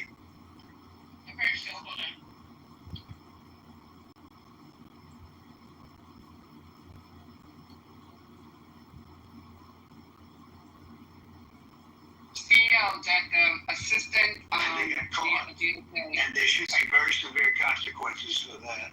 When we called Hillary Clinton, I said, you know what? Let's not go too far here. It's the ex-wife of a president, and I thought it was sort of terrible. I let her off the hook, and I'm very happy I did. But it's time to start after what they did to me, and whether it's right or wrong, it's time to go after people. Obama's been caught directly. So people say, a group. It's not a group. It's Obama. His orders are on the paper. The papers are signed. The papers came right out of their office. They sent everything to be highly classified. Well, the highly classified's been released. And what they did in 2016 and in 2020 is very criminal. It's criminal at the highest level. So that's really the things you should be talking about. I know nothing about the other, but I think it's appropriate that they do go. President Kitover has submitted a criminal referral to the Department of Justice. From your perspective, who should the DOJ target as part of their investigation? What specific figures in the Obama administration? Well, based on what I read, and I read pretty much what you read, it would be President Obama. He started it. And Biden was there with him. And Comey was there. And Clapper, the whole group was there. Brennan, they were all there in a room. Right here. This is the room. This is much more beautiful than it was then, but that's okay. They have nice pictures up. They came out of the vaults. They were there for 100 years. This is much more beautiful. We have the Declaration of Independence now in the room, which wasn't here. I guess people didn't feel too good about putting it here, but I do. But you know what? If you look at those papers, they have them stone cold, and it was President Obama. It wasn't lots of people all over the place. It was them too. But the leader of the gang was President Obama, Barack Hussein Obama. Have you heard of him? And except for the fact that he gets shielded by the press for his entire life. That's the one they... Look, he's guilty. It's not a question... You know, I like to say, let's give it time. It's there. He's guilty. This was treason. This was every word you could think of. They tried to steal the election. They tried... Hold on, just a couple.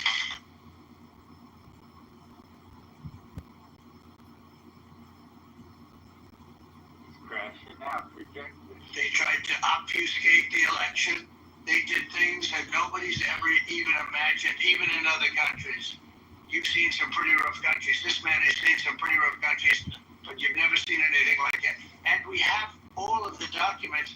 And from what Tulsi told me, she's got thousands of additional documents coming. So President Obama, it was his concept, his idea, but he also got it from crooked Hillary Clinton. Crooked is a $3 bill.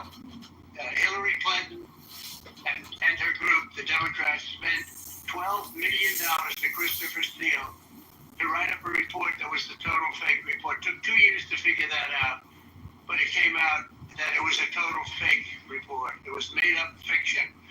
And they used that. Now, the one thing they weren't able to do was to, and probably the only thing I respect about the press in years is the press refused to write it before the election.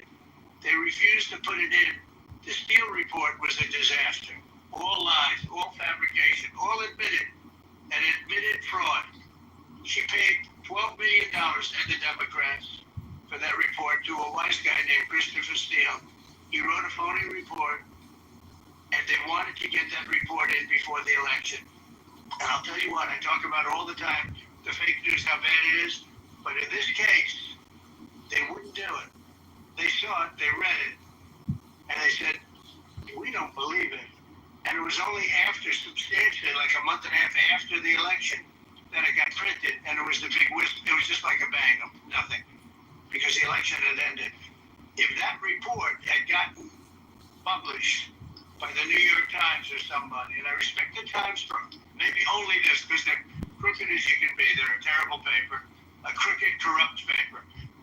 But for this one moment, they said, this is bullshit, we can't put this in. And neither could any other paper. Wall Street Journal's a lousy paper, very, very dishonest paper. As you see, I'm suing them for a lot of money because they do things very badly.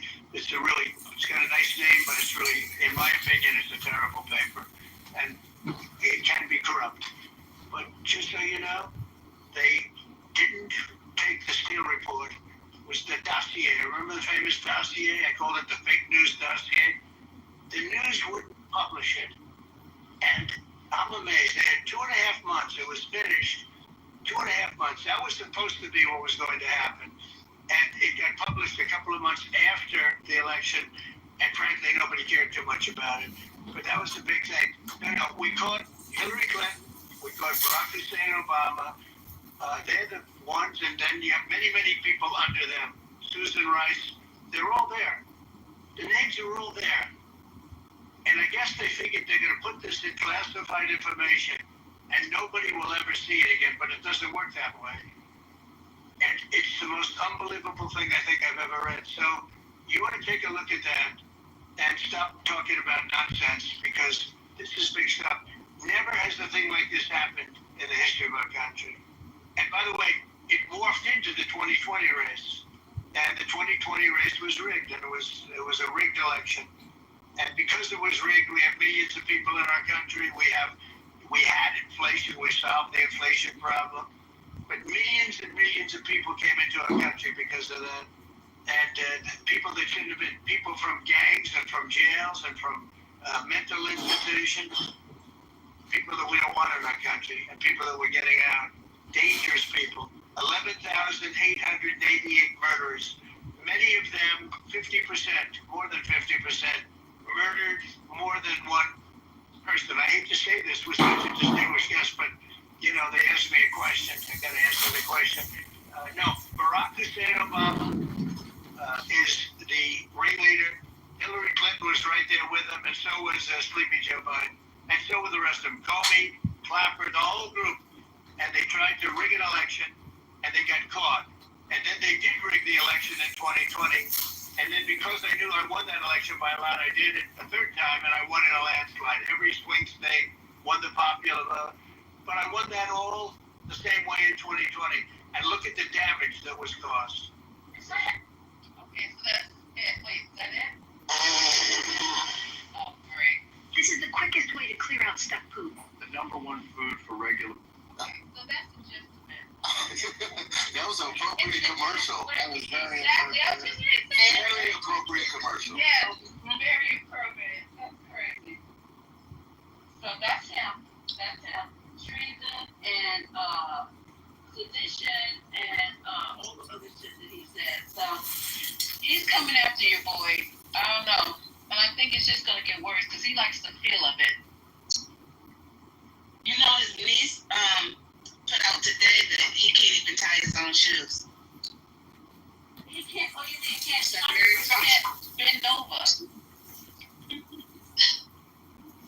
I don't know. He can't tie his shoes. He's losing it. He's crumbling. I'm surprised he can actually put shoes on. I'm surprised he's not wearing clogs at this point. Or Crocs. As big as his legs are. Here's what He's putting on his shoes. I put on them damn Crocs every day. I would not let you guys shame me in my cankles. I would just put on the Crocs and stop trying to squeeze my feet in these shoes because they look very painful at this point. But here's the thing, Lisa. That guy, Todd Blanche, that was one of Trump's criminal defense attorneys in one of his New York cases. He's not going there to act as a for the people with the Department of Justice. He's going there to get a deal for his client. And that's the conflict I see. The only saving grace is if he does come up with some crazy thing that's suspect, she's going to have to offer some type of cooperation by some third-party document or some other witness or what have you. But this is highly unusual. And then Mike Johnson, you know, he closed his Senate so they don't vote on it. They were having a bipartisan committee that was going to vote on transparency and release some of those files. And he took his marbles and said, okay, go home. Yeah. So they don't have the votes. So what do you think is behind that, basically? I think that's to put a cool on this, but also it doesn't give the bipartisan committee a chance to take a vote because they were going to put on the table some legislation or whatever to order them to be more transparent with the Epstein files, but that never got a chance to get on the floor because they're in recess. Right. So he shut that down.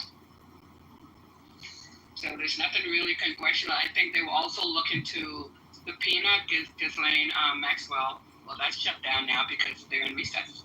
So that's a twofold for him. I heard she was still going up there, though. I heard Ken Bundy was going up there. She's still going up there. She's going to prison. I mean, yeah, but not as a... So that's separate and apart from the Congress. Right, so she's not coming. They're not letting her go come out and testify before Congress. What's Pam is going to the prison? I thought it was Trump's former attorney was going to the prison.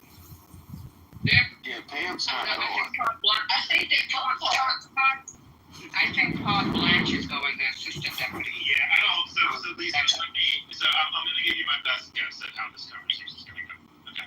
So he'll hear out what she has to say, and then he'll say something to the effect of, you know, if you just President Trump's very interested in you know, you've been mistreated and you know, pardons on the table. We just want you to tell the truth about, you know, President Trump and how he wasn't involved.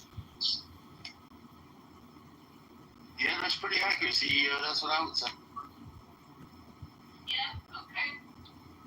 I can see that happening, and me myself, I can see that happening.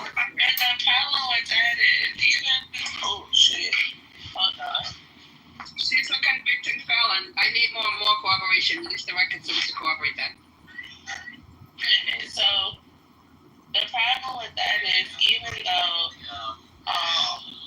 you know, the MAGA party are flush with idiots, I believe, right, that they are still not stupid enough to know that if that woman gets a pardon, that she didn't get it because she didn't tell on Trump. Like, I think they know he's not going to stay out of this completely. She can't get a pardon from Trump. So Brooklyn, you might be right, but the thing about it is a pardon wouldn't come until the end of his presidency, so it doesn't matter. Yeah, but see, I think she's going to need a little bit more than verbally saying, because every criminal who's in prison and jail already adjudicated, that when it spills their beans, they have to offer something to corroborate. It's not, you're already convicted. That stuff you should have said before your sentencing. So now you expect us to believe when you coming up with exculpatory verbal statements against Trump? Well, but here's the thing, though, right? She'll have some bigger statement, implicate some other people, but then, you know, say Trump wasn't implicated. So there will be other things said. It will just end up being to make Trump look good. And the giveaway on this is that instead of Pam Bondi doing the interview as Trump's former attorney, he's sending his person in his stratosphere that he knows will break the law for him and not care to do the conversation. And on top of that, I mean, it's a high likelihood, or I will say there is a chance that she will give up somebody like Tom Hanks or Will Smith or somebody like that to actually get him out from up under it. So everybody be, oh my God, Tom Hanks, Forrest Gump, no, say it ain't so. And yeah. She's gonna have to give up somebody like that to actually get the focus off of him, because the bottom line is he has both sides of the aisle pissed off that he didn't actually let this go like it should have went down. So he has got to get it off of his neck. Yeah, but you got to be a little careful because that could backfire, because now that could set up people to say, okay, well, show us the evidence for this. Like, we still want to see the evidence. We still want to see corroborating something, not just you verbally saying what any two-big convicted felon in jail says, give me a deal after you've convicted me. I think that's thinking of it as too much of a rational person. Yeah, you got a point, CEO. I was going to agree with Levon in saying that people are not going to let that dog go, but you got a point. There's nothing rational about the majority of Americans. They don't even think rationally, and give them a shiny object and they'll go run it after it. And yeah, MAGA for sure, but maybe my hope is that the Democrats keep on. Why is the president interfering in legal matters? Why is it? And you know, normally when they do things like this, they have a special hearing committee. Like, that's not what's happening. Everybody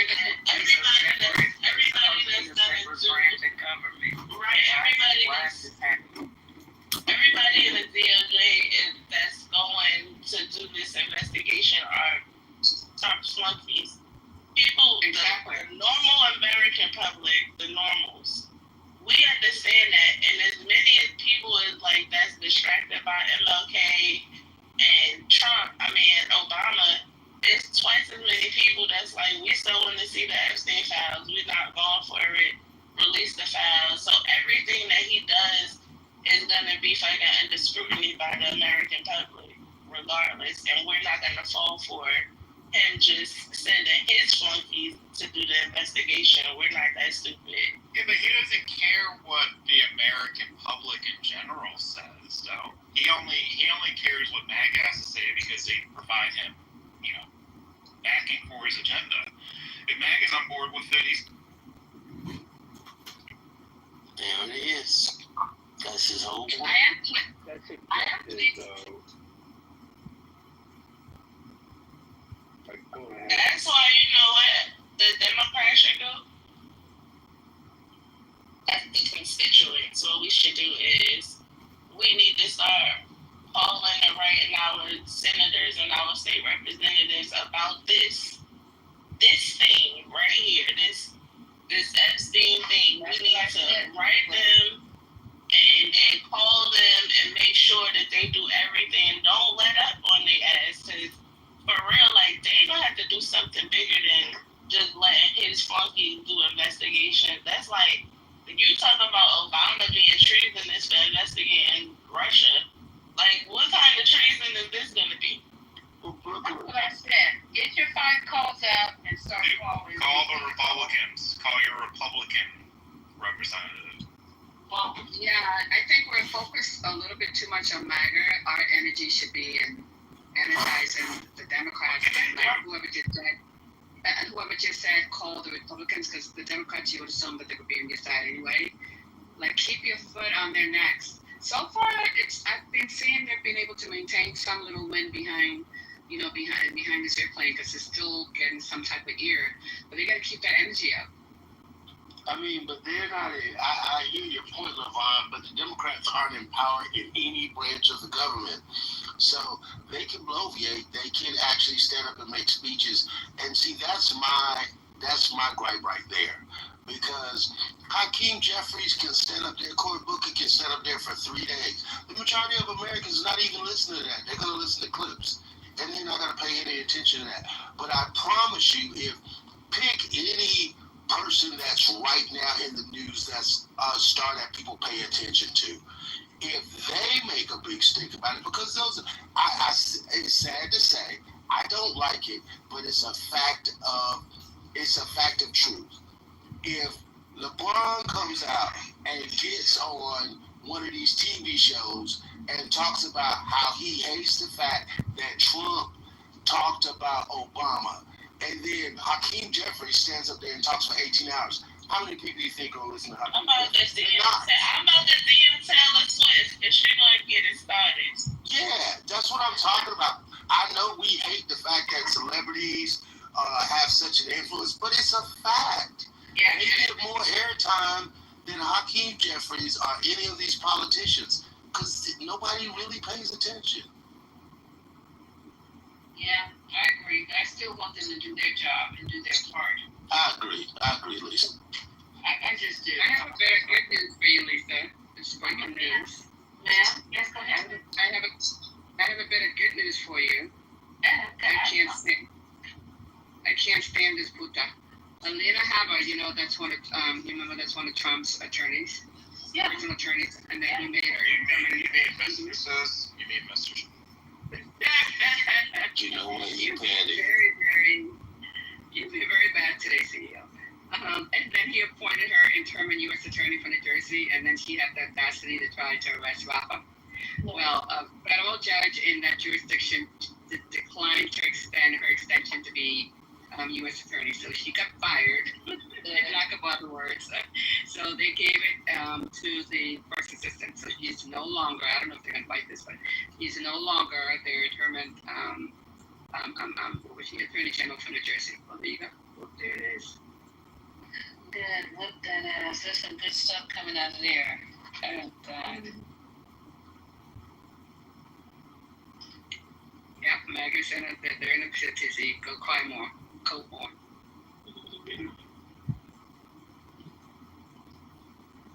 She's a dumb lawyer. I'm sorry. I'm all for women and stuff, but this lady's just dumb.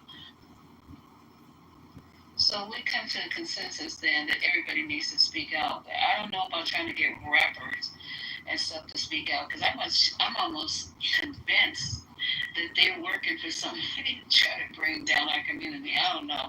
So we can do it. I'm willing to do anything for us to show some type of coalition. I'm ready for anything, y'all.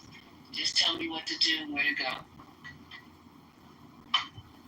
They're saying that Hakeem pressured the judges. Well, okay, well, you did something, Hakeem. There you go. What did he do? This is MAGA. They're saying that Hakeem had a pressure campaign with the federal judges to deny her to be re-upped as their attorney general. Okay, listen, I don't care how it happens. It happens. It happens. I agree with you. You're fired. You may have Trump saying you're fired.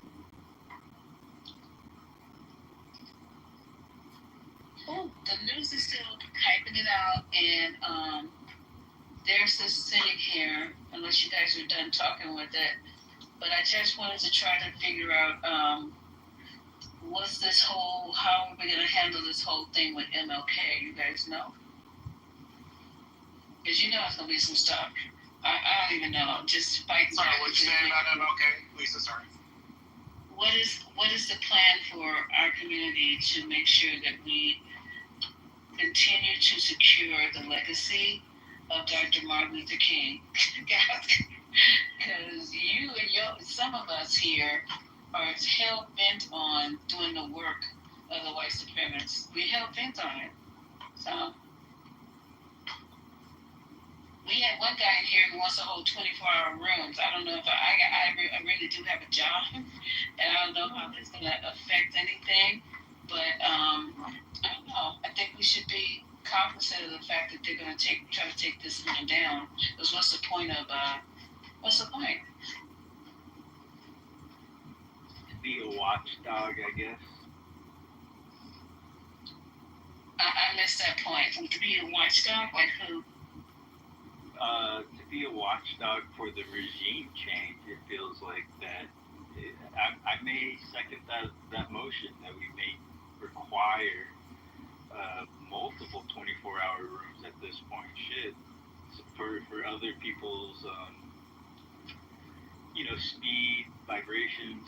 But I am proud of us what we build, regardless of the time constraints that we have been working around.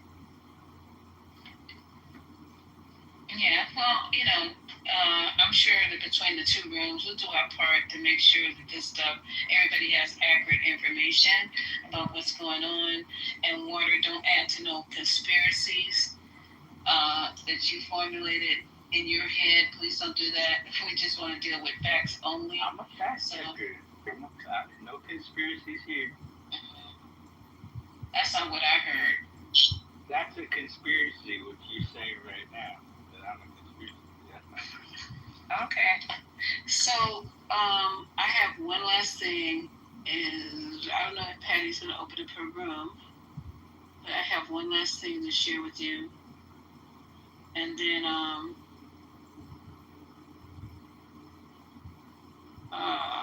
wait a minute. I had it. Here it is. They are now talking about what we just got finished talking about. We're ahead of the news. Can y'all believe that? We're ahead of the mainstream media. Now they're starting to talk about Attorney General Bondi. I don't know what they're going to talk about. I'm just reading the headlines. So let me just go ahead and play this for you guys. So you guys are up to date on everything that's going on. I hope you guys found this room provided some information and some knowledge that you didn't know. He's gone. Spirit is gone. But he gave us the whole history, or much as he could, of Cohen and the connection between, what's Cohen's first name? Roy Cohen and Donald Trump, which is very interesting. Y'all should check that out. Go look at the autobiography. And so you know how Trump really solidified his demonship through Roy Cohen and who he was as a man and as an attorney, and how he lived his life and how he pretty much formed Donald Trump's Pretty much, because Trump always references this guy who told him to never back down. Remember that? Never back down, never admit the shit. Just keep on telling a lie until it becomes the truth.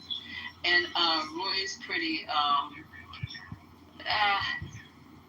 demonic background that he existed in this planet on, how he died penniless, and he left his last soul belonging, physical belonging of a diamond, I think it was a bracelet to Donald Trump when he passed. But he was Donald Trump's father's first attorney, and he's a piece of work. So Trump's whole persona was formulated by Roy Cohen, and you guys should go check him out. There's tons of documentaries. I think the one I watched was on HBO. Could be wrong, but you'll find it. So let me listen to this, and then I'll see if Patty's gonna open up politically correct, because we switch spots. I'm taking the day, she's taking the night. Because we didn't even go to sleep yet, Levon. Listen, I woke up and Patty was there. They were talking about restaurants, I think. Yeah, that was like at 4 o'clock in the morning, though. Yeah, they were still there. They were still talking there. So. Yeah, 4 o'clock in the morning. So let me play this. And I now Patty has the nerve to say she was going to go running. I'm like, God, I wish I could do that. Yeah, I went. Only reason I'm still up is because I never exited out of the comforter. I'm still, otherwise, I wouldn't have been able to do this. This is crazy. All right, so let me play this, and then I'm going to contact Patty in the back and see if she's going to open politically correct and continue this conversation in her space. All right, let me do this. 1 and a 2 and a 3 and a go. 1 and a 2 and a 3 and a go. All right, it's queuing up. I spoke out in the East on a day when Donald Trump has quite literally scraped the very bottom of that dirty barrel in a desperate attempt to change the subject. For our part, we are not going to take the bait, because we got as clear an admission as any that Donald Trump has tried and failed to turn the page on the furor from his own supporters over Jeffrey Epstein. That news came in the form of an announcement that the Justice Department was reaching out to jailed Epstein associate and Epstein's former girlfriend, Ghislaine Maxwell. Deputy AG Todd Blanche writing this, quote, at the direction of Attorney General Pam Bondi, I have communicated with counsel for Ms. Maxwell to determine whether she would be willing to speak with prosecutors from the department. I anticipate meeting with Ms. Maxwell in the coming days. Until now, no administration on behalf of the department had inquired about her willingness to meet with the government. That changes now. So, who is Ghislaine Maxwell, and how does she feature in the Epstein case? Well, Maxwell is serving a 20-year sentence in federal prison. She was convicted in 2021 on charges of sex trafficking and other counts. Ahead of sentencing, prosecutors said this about her, that she, quote, preyed on vulnerable young girls, manipulated them, and served them up to be sexually abused by Epstein. But if the Trump DOJ now seeking to meet Maxwell is a case of Trump thinking he's going to throw his very angry base of supporters a bone, the decision to talk to her actually raises more questions than it answers. Did Trump's Justice Department try to close the book on Epstein without talking to his closest confidant and associate? The New York Times reports that in April, quote, Maxwell asked the Supreme Court to hear an appeal of her criminal conviction. In her brief to the court, she argued that a 2007 agreement by federal prosecutors in Florida barred her criminal prosecution. Under the agreement, government lawyers agreed they would not prosecute any co-conspirator, Mr. Epstein. The Justice Department, in a reply brief, urged the justices to reject the appeal. The justices have not announced whether they will hear the case. Politico adds this reporting, quote, it also raises the question of whether Maxwell may try to leverage the meeting for a reduced prison sentence by telling the Justice Department what it wants to hear. The Trump administration's announcement that it is approaching Ghislaine Maxwell comes at a time when the public's fury shows no sign of dying down. Republicans are so eager to avoid the base's wrath that they have decided to cut and run, literally. After saying yesterday that the Trump administration has to have space to do whatever it wants to do here, Speaker Mike Johnson today cut the House's work week short, skipping votes and sending lawmakers into a 5-week recess. Break. So can all avoid having to take a vote, forcing the Trump administration to release all the files in the Epstein case.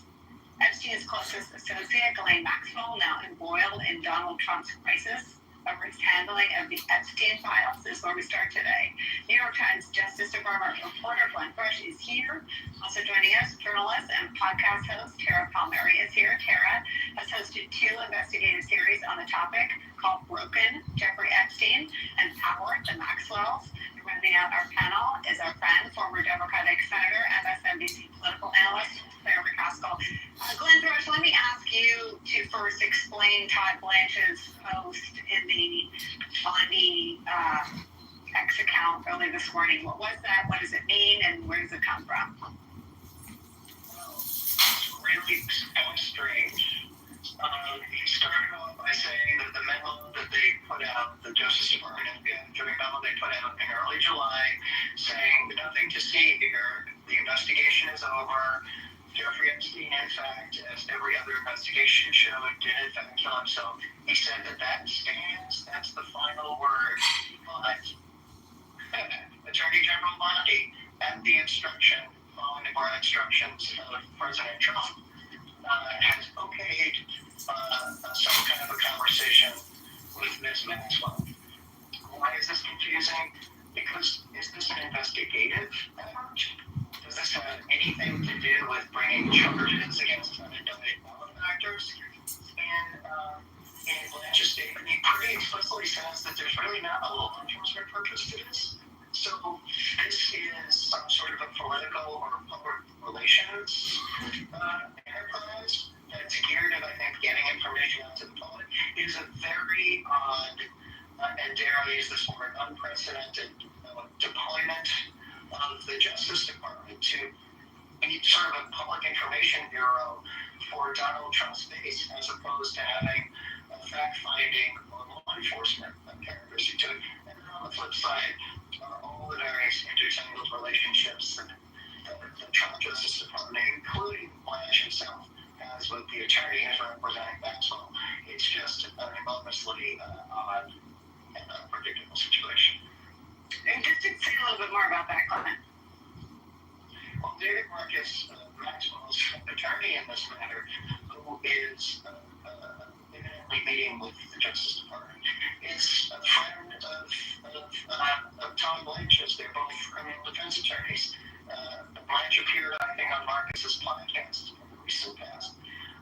And the statement that Marcus posted on his Twitter account confirming that Blanche reached out to them praises Donald Trump for the way that he's pursuing this investigation. This does not seem, at least on its surface, as any sort of interaction that will produce a result that is contrary to anything that Trump wants or expects. When you get this Wall Street Journal reports, and so it does not seem, it is very much improbable what happened on Friday when the Justice Department under Bondi announced a petition to judge to release the trial transcripts from the Maxwell and Epstein grand juries, which are themselves extremely narrow and unlikely to produce any results that would point to Trump, which is, after all, a big question we all have right now. So last few videos I have done every day, quote Kash Patel, quote, House Republicans, put on your big white pants and tell us who the pedophiles are. Do we think, Claire McCaskill, that is what Todd Blanche is going to come out of his meeting with Ghislaine Maxwell and tell us? Let's make sure we understand that Ghislaine Maxwell is a pedophile. Under the law, when you are a co-conspirator, when you act in concert with someone, you are guilty of the same crimes. So she is just as much a pedophile as Jeffrey Epstein is. So first, the Trump White House thinks it's a good idea to go down and make cozy with a convicted pedophile. I don't see how that helps him politically. The only way it helps him politically is if he can give them someone to distract everyone with. Maybe she can give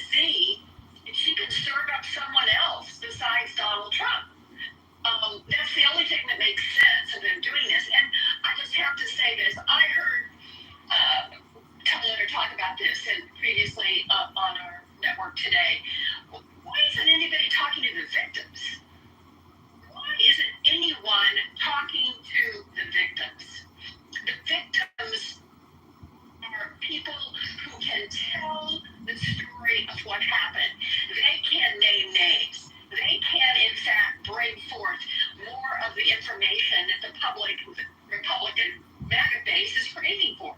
So it's very weird they're choosing to go talk to a pedophile who's doing 20 years in prison for her crimes instead of talking to the people who were victimized by ostensibly, according to this conspiracy, a cast of powerful people. In fairness, the New York Times over the weekend reported on one victim's account and her reporting to the FBI about seeing Donald Trump in Mr. Epstein's office, where Mr. Epstein says, quote, "She's not here for you," end quote. And her demonstration reporting. Yeah, so tell me how you see this move or tell me what you think is going on at a broader level. I agree with the senator that they should be talking to the victims. The victims also have case files that they filed, their civil suits. A lot of them have their own lists of men that they've been trafficked to. But we live in a culture where we don't believe women, right? So you could easily find out more about John. There are tons of leads. These women are sitting on troves and troves of evidence that they are more willing to give up than Ghislaine Maxwell. In a lot of cases, they signed NDAs with some of these men, but I would think that in a criminal investigation that would be thrown out the door. There is so many directions this case can go in. It's a decision of whether you want to go there. It seems like they want to sweep it under the rug. And also, they can go and talk to Ghislaine Maxwell and then say, yeah, her information is incredible. She's a criminal after all, right? Can we really believe her? That's what they can say. Or they can have a private conversation with her and hatch some sort of deal so that she doesn't serve all 20 years in prison. I personally believe that Ghislaine never thought she would serve all 20 years. I don't think Jeffrey Epstein thought he would serve time in 2019 after he only had to spend time in a county jail the first time around. These people believe they were above the law. They acted without impunity. They paraded young girls around and treated them like they dehumanized them. These are not normal people. And so I could see this going so many different ways. I'd like to see the record of the conversation that Todd Blanche has with Ghislaine Maxwell so that we know what kind of conversation they're having. I mean, they could have to deal. She could, maybe say the right thing, wink, wink, nod, nod. She gets a pardon at the end of this. Ghislaine Maxwell's holding on to her secrets because that was her power. That is the thing that she's holding on to. Otherwise, she would have done a plea deal. Let me show you what Donald Trump had to say about her in an interview with Jonathan Swan. Let's watch this. We'll talk about it on the other side. I haven't really been following it too much. I just wish her well, frankly. I've met her numerous times over the years, especially since I lived in Palm Beach, and I guess they lived in Palm Beach. But I wish her well, whatever it is. As far as Ghislaine Maxwell has been arrested on allegations of child sex trafficking, why would you wish such a person? I don't know that, but I do know that she's been arrested for that. Her friend or boyfriend was either killed or committed suicide in jail. She's in jail. Yeah, I wish you well. I wish you well. I wish a lot of people well. Good luck. Let them prove somebody was guilty. I mean, you know this. Also, you're saying you hope she doesn't die in jail. Is that what you mean by wish her well? Her boyfriend died in jail, and people are still trying to figure out how did that happen. Was it suicide? Was he killed?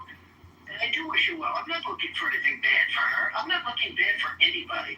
And they took that and she's the child sex structure. Big deal. But all it is that her boyfriend died. He died in jail. Was he killed? Was it suicide? I do. I wish her well. I mean, what is he's reaping what he sowed, and there he is right there with a straight face going through excruciating pains to not wish that a child sex trafficker goes straight to hell, which is the normal human reaction when asked a question in a sit-down interview about a pedophile. I mean, Glenn Thrush, what do they think they're giving the base in this engagement with someone Trump has already stuck his neck out for? Just looking down to see that Trump had commented on Blanche's outreach, and he said he thought it was appropriate. Look,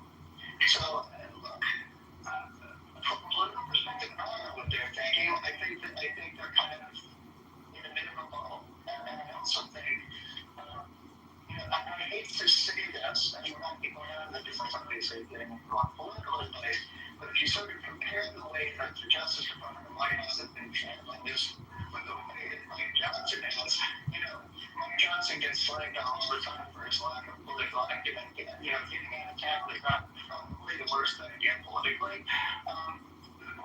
Trump is, I don't believe that anyone on the left, right, or center is going to be entirely satisfied by any of these interactions, either with the transcripts or with the discussion with Maxwell.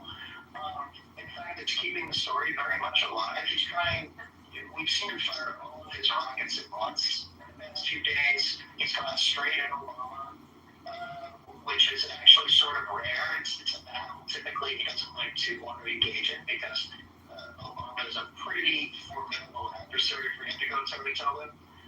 But one has to wonder, why are they just throwing everything against the wall? That's something Trump has done in the past, and it's sort of worked. But this is an entirely different sort of a crisis, and it seems to me that they've been very slow in terms of adjusting. And it just, I think they're allowing this train to just, to accelerate. And don't have any sense as to what action they could possibly take through the control of the Justice Department and the FBI. And it's going to decelerate this. Apart from that, from fulsomely answering questions on his relationship with Epstein and Maxwell. I think I agree with that. Claire, because they are taking us down this path, let me just re-up some of the reporting at the time and some of the characters we can expect to reemerge as Ghislaine Maxwell re-enters the chat. This is from the Miami Herald, how a future Trump cabinet member gave a serial sex abuser the deal of a lifetime. This is from Julie Brown, who Tara's worked with. Facing a 53-page federal indictment, Jeffrey Epstein could have ended up in federal prison for the rest of his life. But on the morning of the breakfast meeting between then U.S. Attorney Alex Acosta and Epstein lawyer Jay Lefkowitz, a deal was struck. Not only would Epstein serve just 13 months in the county jail, but the deal, called a non-prosecution agreement, essentially shut down an ongoing FBI probe into whether there were more victims and other powerful people who took part in Epstein's sex crimes. That's according to a Miami Herald examination of thousands of emails, court documents, and FBI records. The pact required Epstein to plead guilty to 2 prostitution charges in state court. Epstein and 4 of his accomplices named in the agreement received immunity from all federal criminal charges. But even more unusual, the deal included wording that granted immunity to, quote, any potential co-conspirators who were also involved in Epstein's crimes. As part of the arrangement, Acosta agreed, despite a federal law to the contrary, that the deal would be kept from the victims. I'm not a lawyer. I don't ever even try to play one on TV, but there's nothing normal about any of what was reached. How did that come to be? Do we know the answer to that? I don't think we do know the answer to that. I do believe that there was obviously politics involved, and somebody, this wouldn't happen to somebody who had a public defender. This wouldn't happen to somebody who didn't have powerful connections. They would go to prison for abusing children sexually. And this guy basically scooted, and so did the folks around him. Now, Acosta paid for it. I mean, once this came out, once this great reporting hit the streets, then he had to resign. He was a cabinet appointee under Trump in the first administration. That's how connected he was to Trump. So, listen, all this stuff that Trump's doing, wishing her well, and now saying that he doesn't want the files to come out because he doesn't want people to be wrongfully accused. This guy wrongfully accuses people for a living. I mean, Donald Trump makes it part of his essence to accuse people of wrongdoing without evidence constantly. All of a sudden, he wants to wish the pedophile well, and he wants to make sure people are protected that might get accused of something where there's not evidence. It is so obvious to me that Elon Musk is probably right. I mean, if you look and pull the thread, I think Donald Trump is scared to death. He is in those files, things that are going to come out in those files, and I think he's doing everything in his power to keep that from happening. And the fact that Mike Johnson is sending the people in Congress home for 5 weeks, we know appropriations bills have been done, and the government is about to shut down, and the government's not funded, and they have all this work to do. The fact he's going to please leave town tells you all you need to know, because the Republicans want to vote to open these files. And Mike Johnson Johnson is doing everything in his power to keep them from being able to vote, to do exactly what the Democrats have moved to do, and that is open the funds. Well, the other problem is this isn't a Washington story. It's not like they're going to go home and get away from the Epstein furor.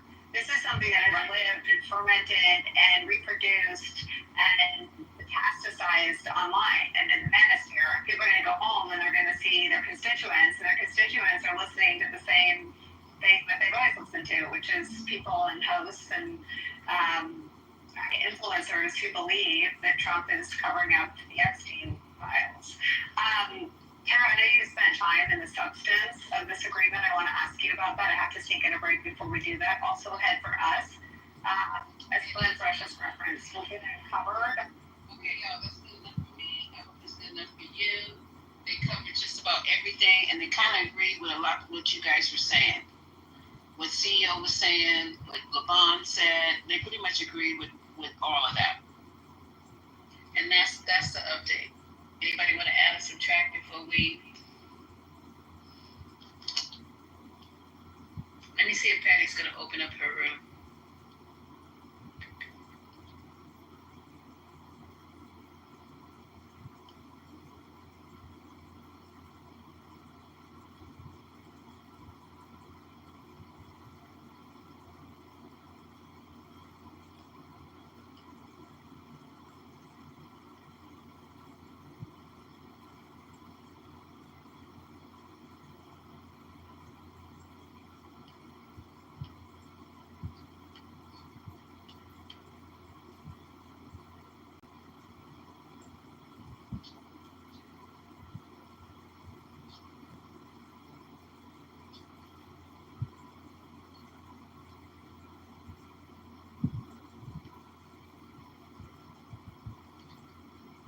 Any of the mods still on the stage? Hey, yeah.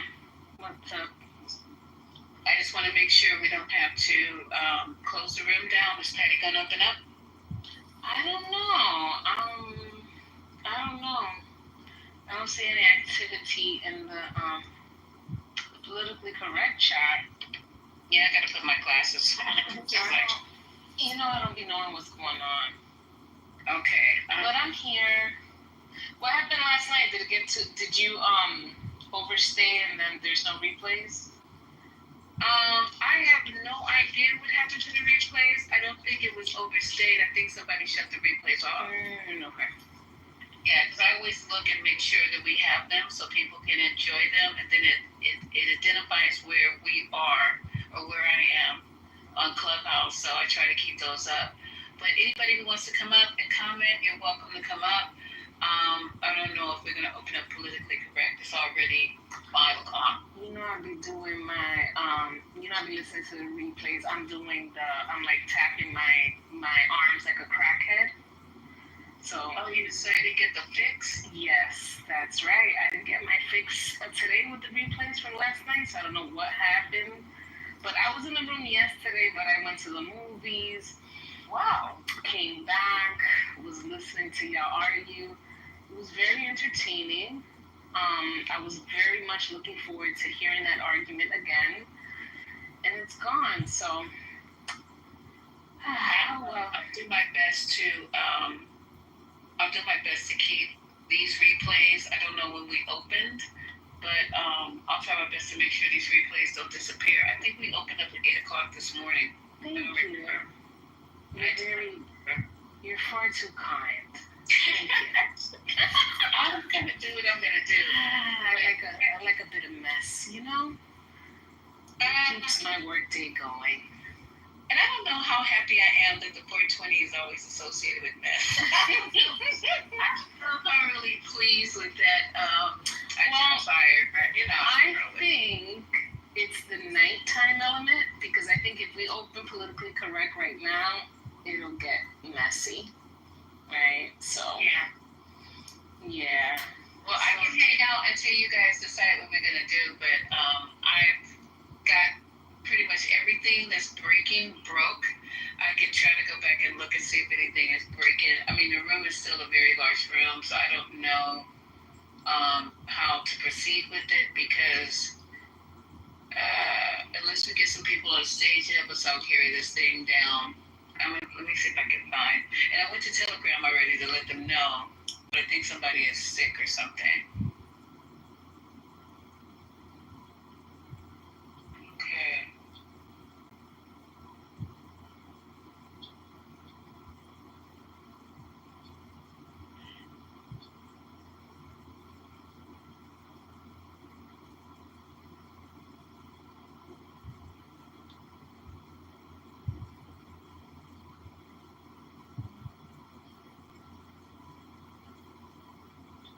Pamela says thank you to you guys. She tweeted yesterday. Huh? Pamela Harris, she says thank you. Whether you are attending a protest, calling your representatives, or building community, I want to say thank you. We are in this fight together. Oh, there go your marching orders. Oh, wow. That's kind of boring. I need some trolling. I need some good old fashioned. I'm liking Gavin Newsom right now. Okay. I need some memes. This other stuff is just boring. It's just politics as usual. It's not getting me out of my couch. Okay. Get up on my couch. Kamala Harris is just, just nice. Right? Auntie vibes. And I'm surprised that she didn't get into the fray.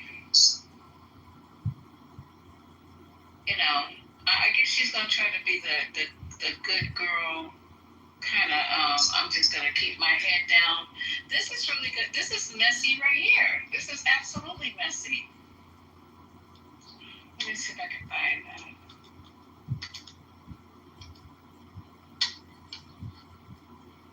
Let's see if I can find something else that you guys are not aware of other than that. And then too, the young man, yeah, he is young, that died in Costa Rica. Oh man. Somebody else was with him. I gotta pull that story up. Hold on for a second. I don't know if he died or whatever. Hold on, it just came across my feed. Okay.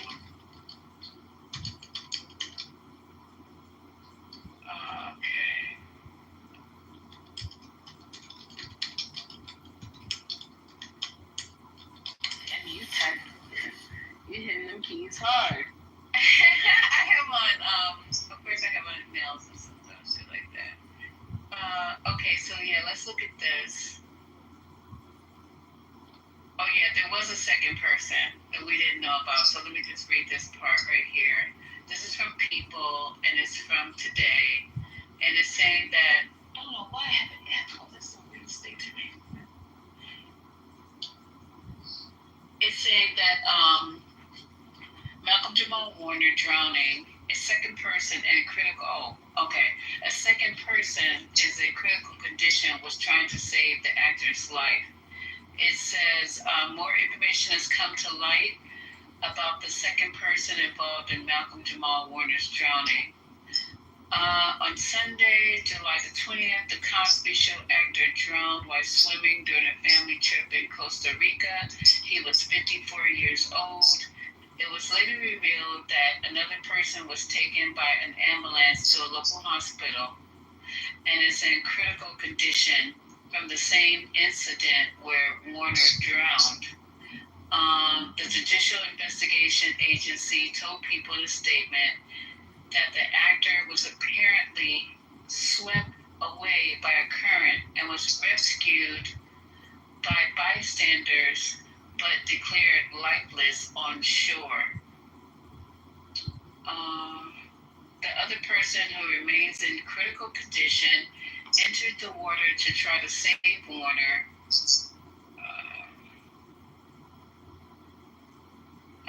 The second victim came in the water to help Mr. Warner. No information regarding the victim's identity has been shared. The spokesperson also confirmed that the other person had no personal connection to Warner, but was on the beach and decided to help.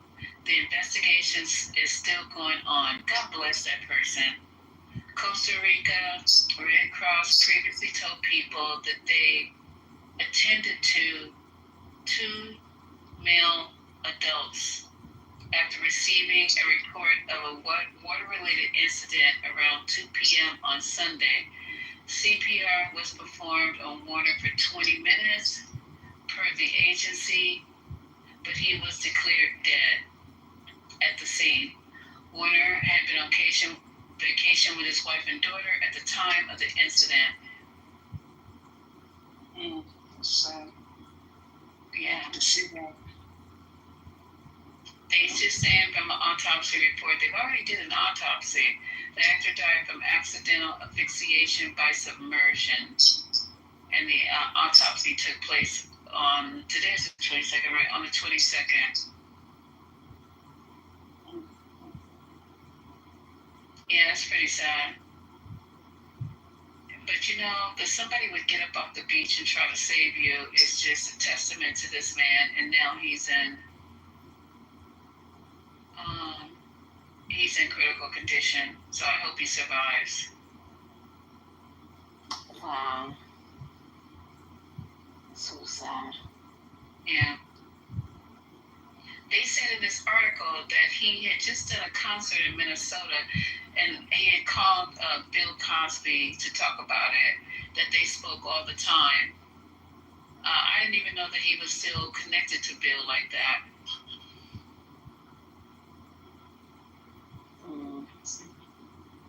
Yeah, so there you go. Let me see what else is going on, y'all.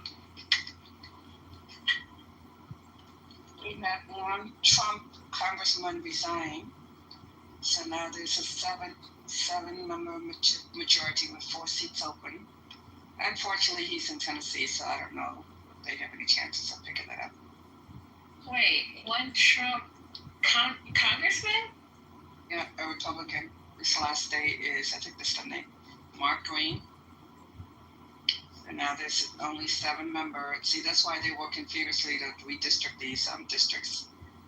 And that's what we need to redistrict too. Why is the DNC so damn ethical and shit? We need to stop being so fucking ethical and high and mighty and oh my god. No, we need to cheat. All right, this is the American way. This is how you get ahead. People, let me tell you something. We're the smarties in this room, right? All the people that we let cheat off our papers in school and shit because we weren't gonna snitch on them. Guess what? They're running they're running everything right now. Right? Yeah, so you have some Isn't Newsom and Jeffries saying that they're gonna call to redistrict New York and California? I don't know, but they need to do that shit.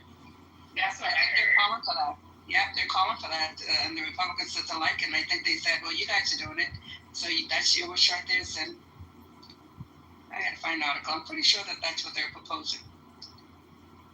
Okay, so somebody else died, but this is Ozzy Osbourne, if you guys know who he is. He died.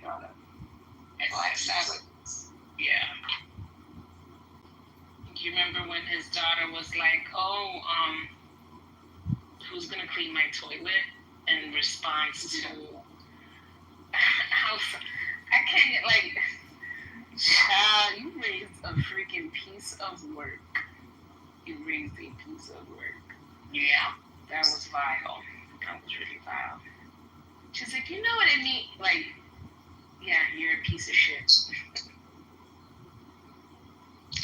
I see the head of FEMA Urban Search and Rescue just resigned. Said he was disgusted over the delay in the Texas flooding. Well, I mean, I'm glad some of these people got some, I don't know if they're being forced to resign or they got some conscious issues and they're going ahead and do what they need to do. But whatever the situation, I'm happy for it.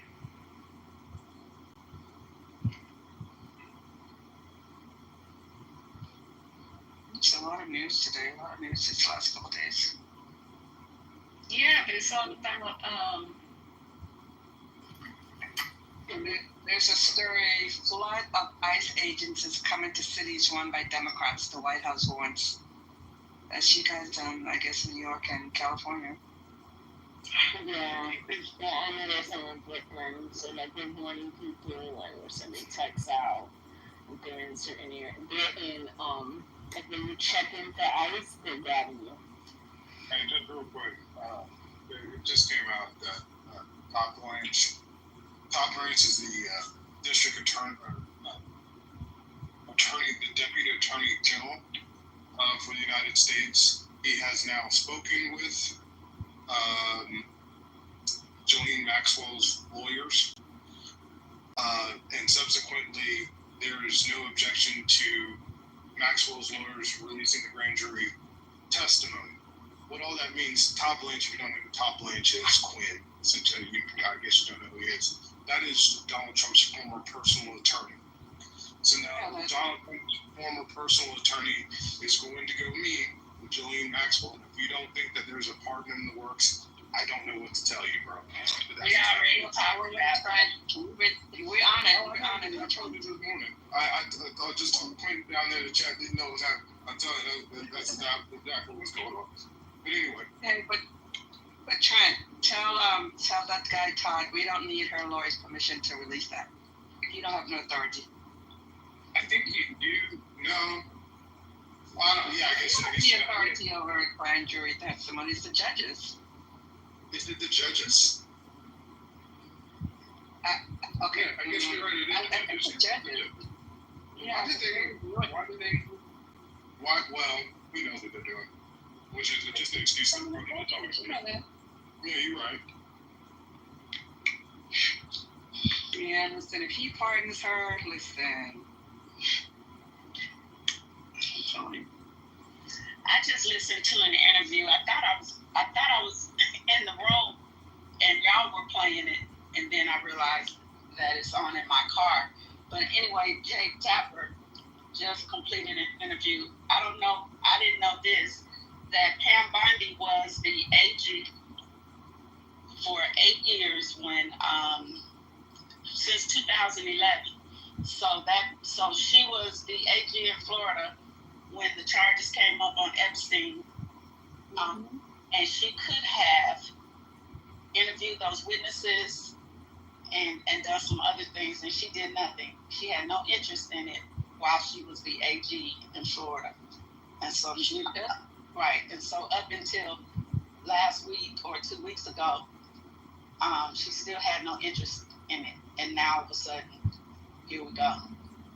So it's just she didn't care about anything going on. Nothing, didn't do anything. Hold on, let me say this really quick because maybe this can help somebody. If you have like voice activated hearing, remove it because supposedly AI can bypass it. So AI can trick the baby into the next meeting and give that person access to your account. Put the other in the chat. If you have it really discombobulated, but it's OpenAI Sam Altman. Can you hear me?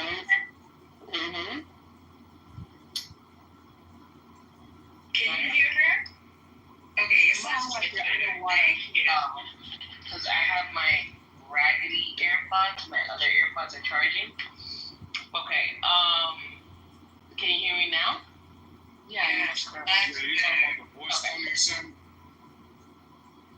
So OpenAI Sam Altman warns of AI voice fraud, crisis in banking. You know how like sometimes you can set up your online banking to give you access with your voice? Sure. So I would turn off that feature. If your bank has that feature, I don't have that feature on. Right? They can easily get your voice by scam calling you, getting you to say something, and they can now create voice printing, right? They mimic your voice. This is getting out of hand. I can't trust anything. Callers you get from India that call you and they hang up, they don't say shit. If you say hello or whatever, yeah, they're looking to clone your voice so that they use it in. There's not a whole bunch of banks using the voice cloning, but it's being used sometimes to scam people. And you'll get a call from that you think is your relative, they'll call one of the relatives, I should say, and say, Lisa's in trouble. I need money. I'm bond, and my bond is $1,000. I need to get me out of jail. Send the money here. That's it. Wow. All right. That's not what I was talking about, but okay. It is when you call my voice. It's fine. It's fine. So we can't even answer the phone. No. We won't be answering the phone. Scam likely, ignore it. Yeah. So one other thing while we're waiting for some breaking news to come through, did you guys hear about the porn star that killed those people? No. Hey, no. Let me just run it across you guys. This is a naked porn star dancing and singing while covered in blood from the couple he had just murdered. I don't know. Maybe it's me. Maybe I've never read these stories or came across these stories. But there's a whole lot of fuck shit going on. And maybe I've just been like, I don't know, killed it from it all because I'm at work all day. And as soon as I started getting off of work and hanging out with you guys, I've seen more fuck shit than I can ever imagine. But this is this guy. He was a porn star, and they caught him on video in these people's home, dancing naked while covered in blood moments after he murdered the couple whose decapitated, hacked up bodies he then dumped at a popular UK landmark. His name is Gaston Andreas Mosquera, a 35-year-old Colombian national, and he was convicted Tuesday of murdering Paul Longworth, 74, and his partner Albert Alfonso, 61, in their West London apartment. He was convicted largely based on a chilling video captured on camera while set up to record a sex session, but instead caught him killing the couple and then joyfully singing and dancing while naked and still covered in blood. Oh my God, do you like it? Mosquera talks of Alfonso at one point as he stabs him, and hours after he had already battered Longworth to death with a hammer and hid his body under bed covers. This is crazy. I mean, people are absolutely crazy. Child, this is crazy. Wow. Yeah, it's just a lot of crazy crap going on. But back to politics. Hey, Look at everybody. Oh, just now you guys showed up. Do you know how long this room's been open? This room's been open since I sat in the goo all afternoon. Nobody brought me up, man. What? Yes. My shoulder. My shoulder. I had no idea. I got all these moms on the stage. Nobody saw nada. Jesse said he was blocked. Who? Somebody from the chat. Jesse. I don't know what's going on. Oh, wow. Mm-hmm. I don't even know who Jesse is, y'all. You don't remember Jesse? Jesse ain't been around, so I don't know what's going on. Yeah, I don't even know who. Oh, somebody said the shadow band. No, I saw it. Really? No, I saw the room. Mm-hmm. Yeah, no, I saw the room from the hallway too. So, because I accidentally fell out the room and had to come back in, so I saw it. Not you fell out. Fell out, girl. And you're talking. Next thing I know, I was in the hallway. I said, you want to talk to Patty? She was in the room. I know that, but I'm saying, have you talked to her in the last? I heard you saying that we were supposed to open up, she was supposed to open up a new room, and you were taking the morning shift, and she was going to do the evening shift. I was asking, did you talk to her? No, I haven't. I've been here just. Wait,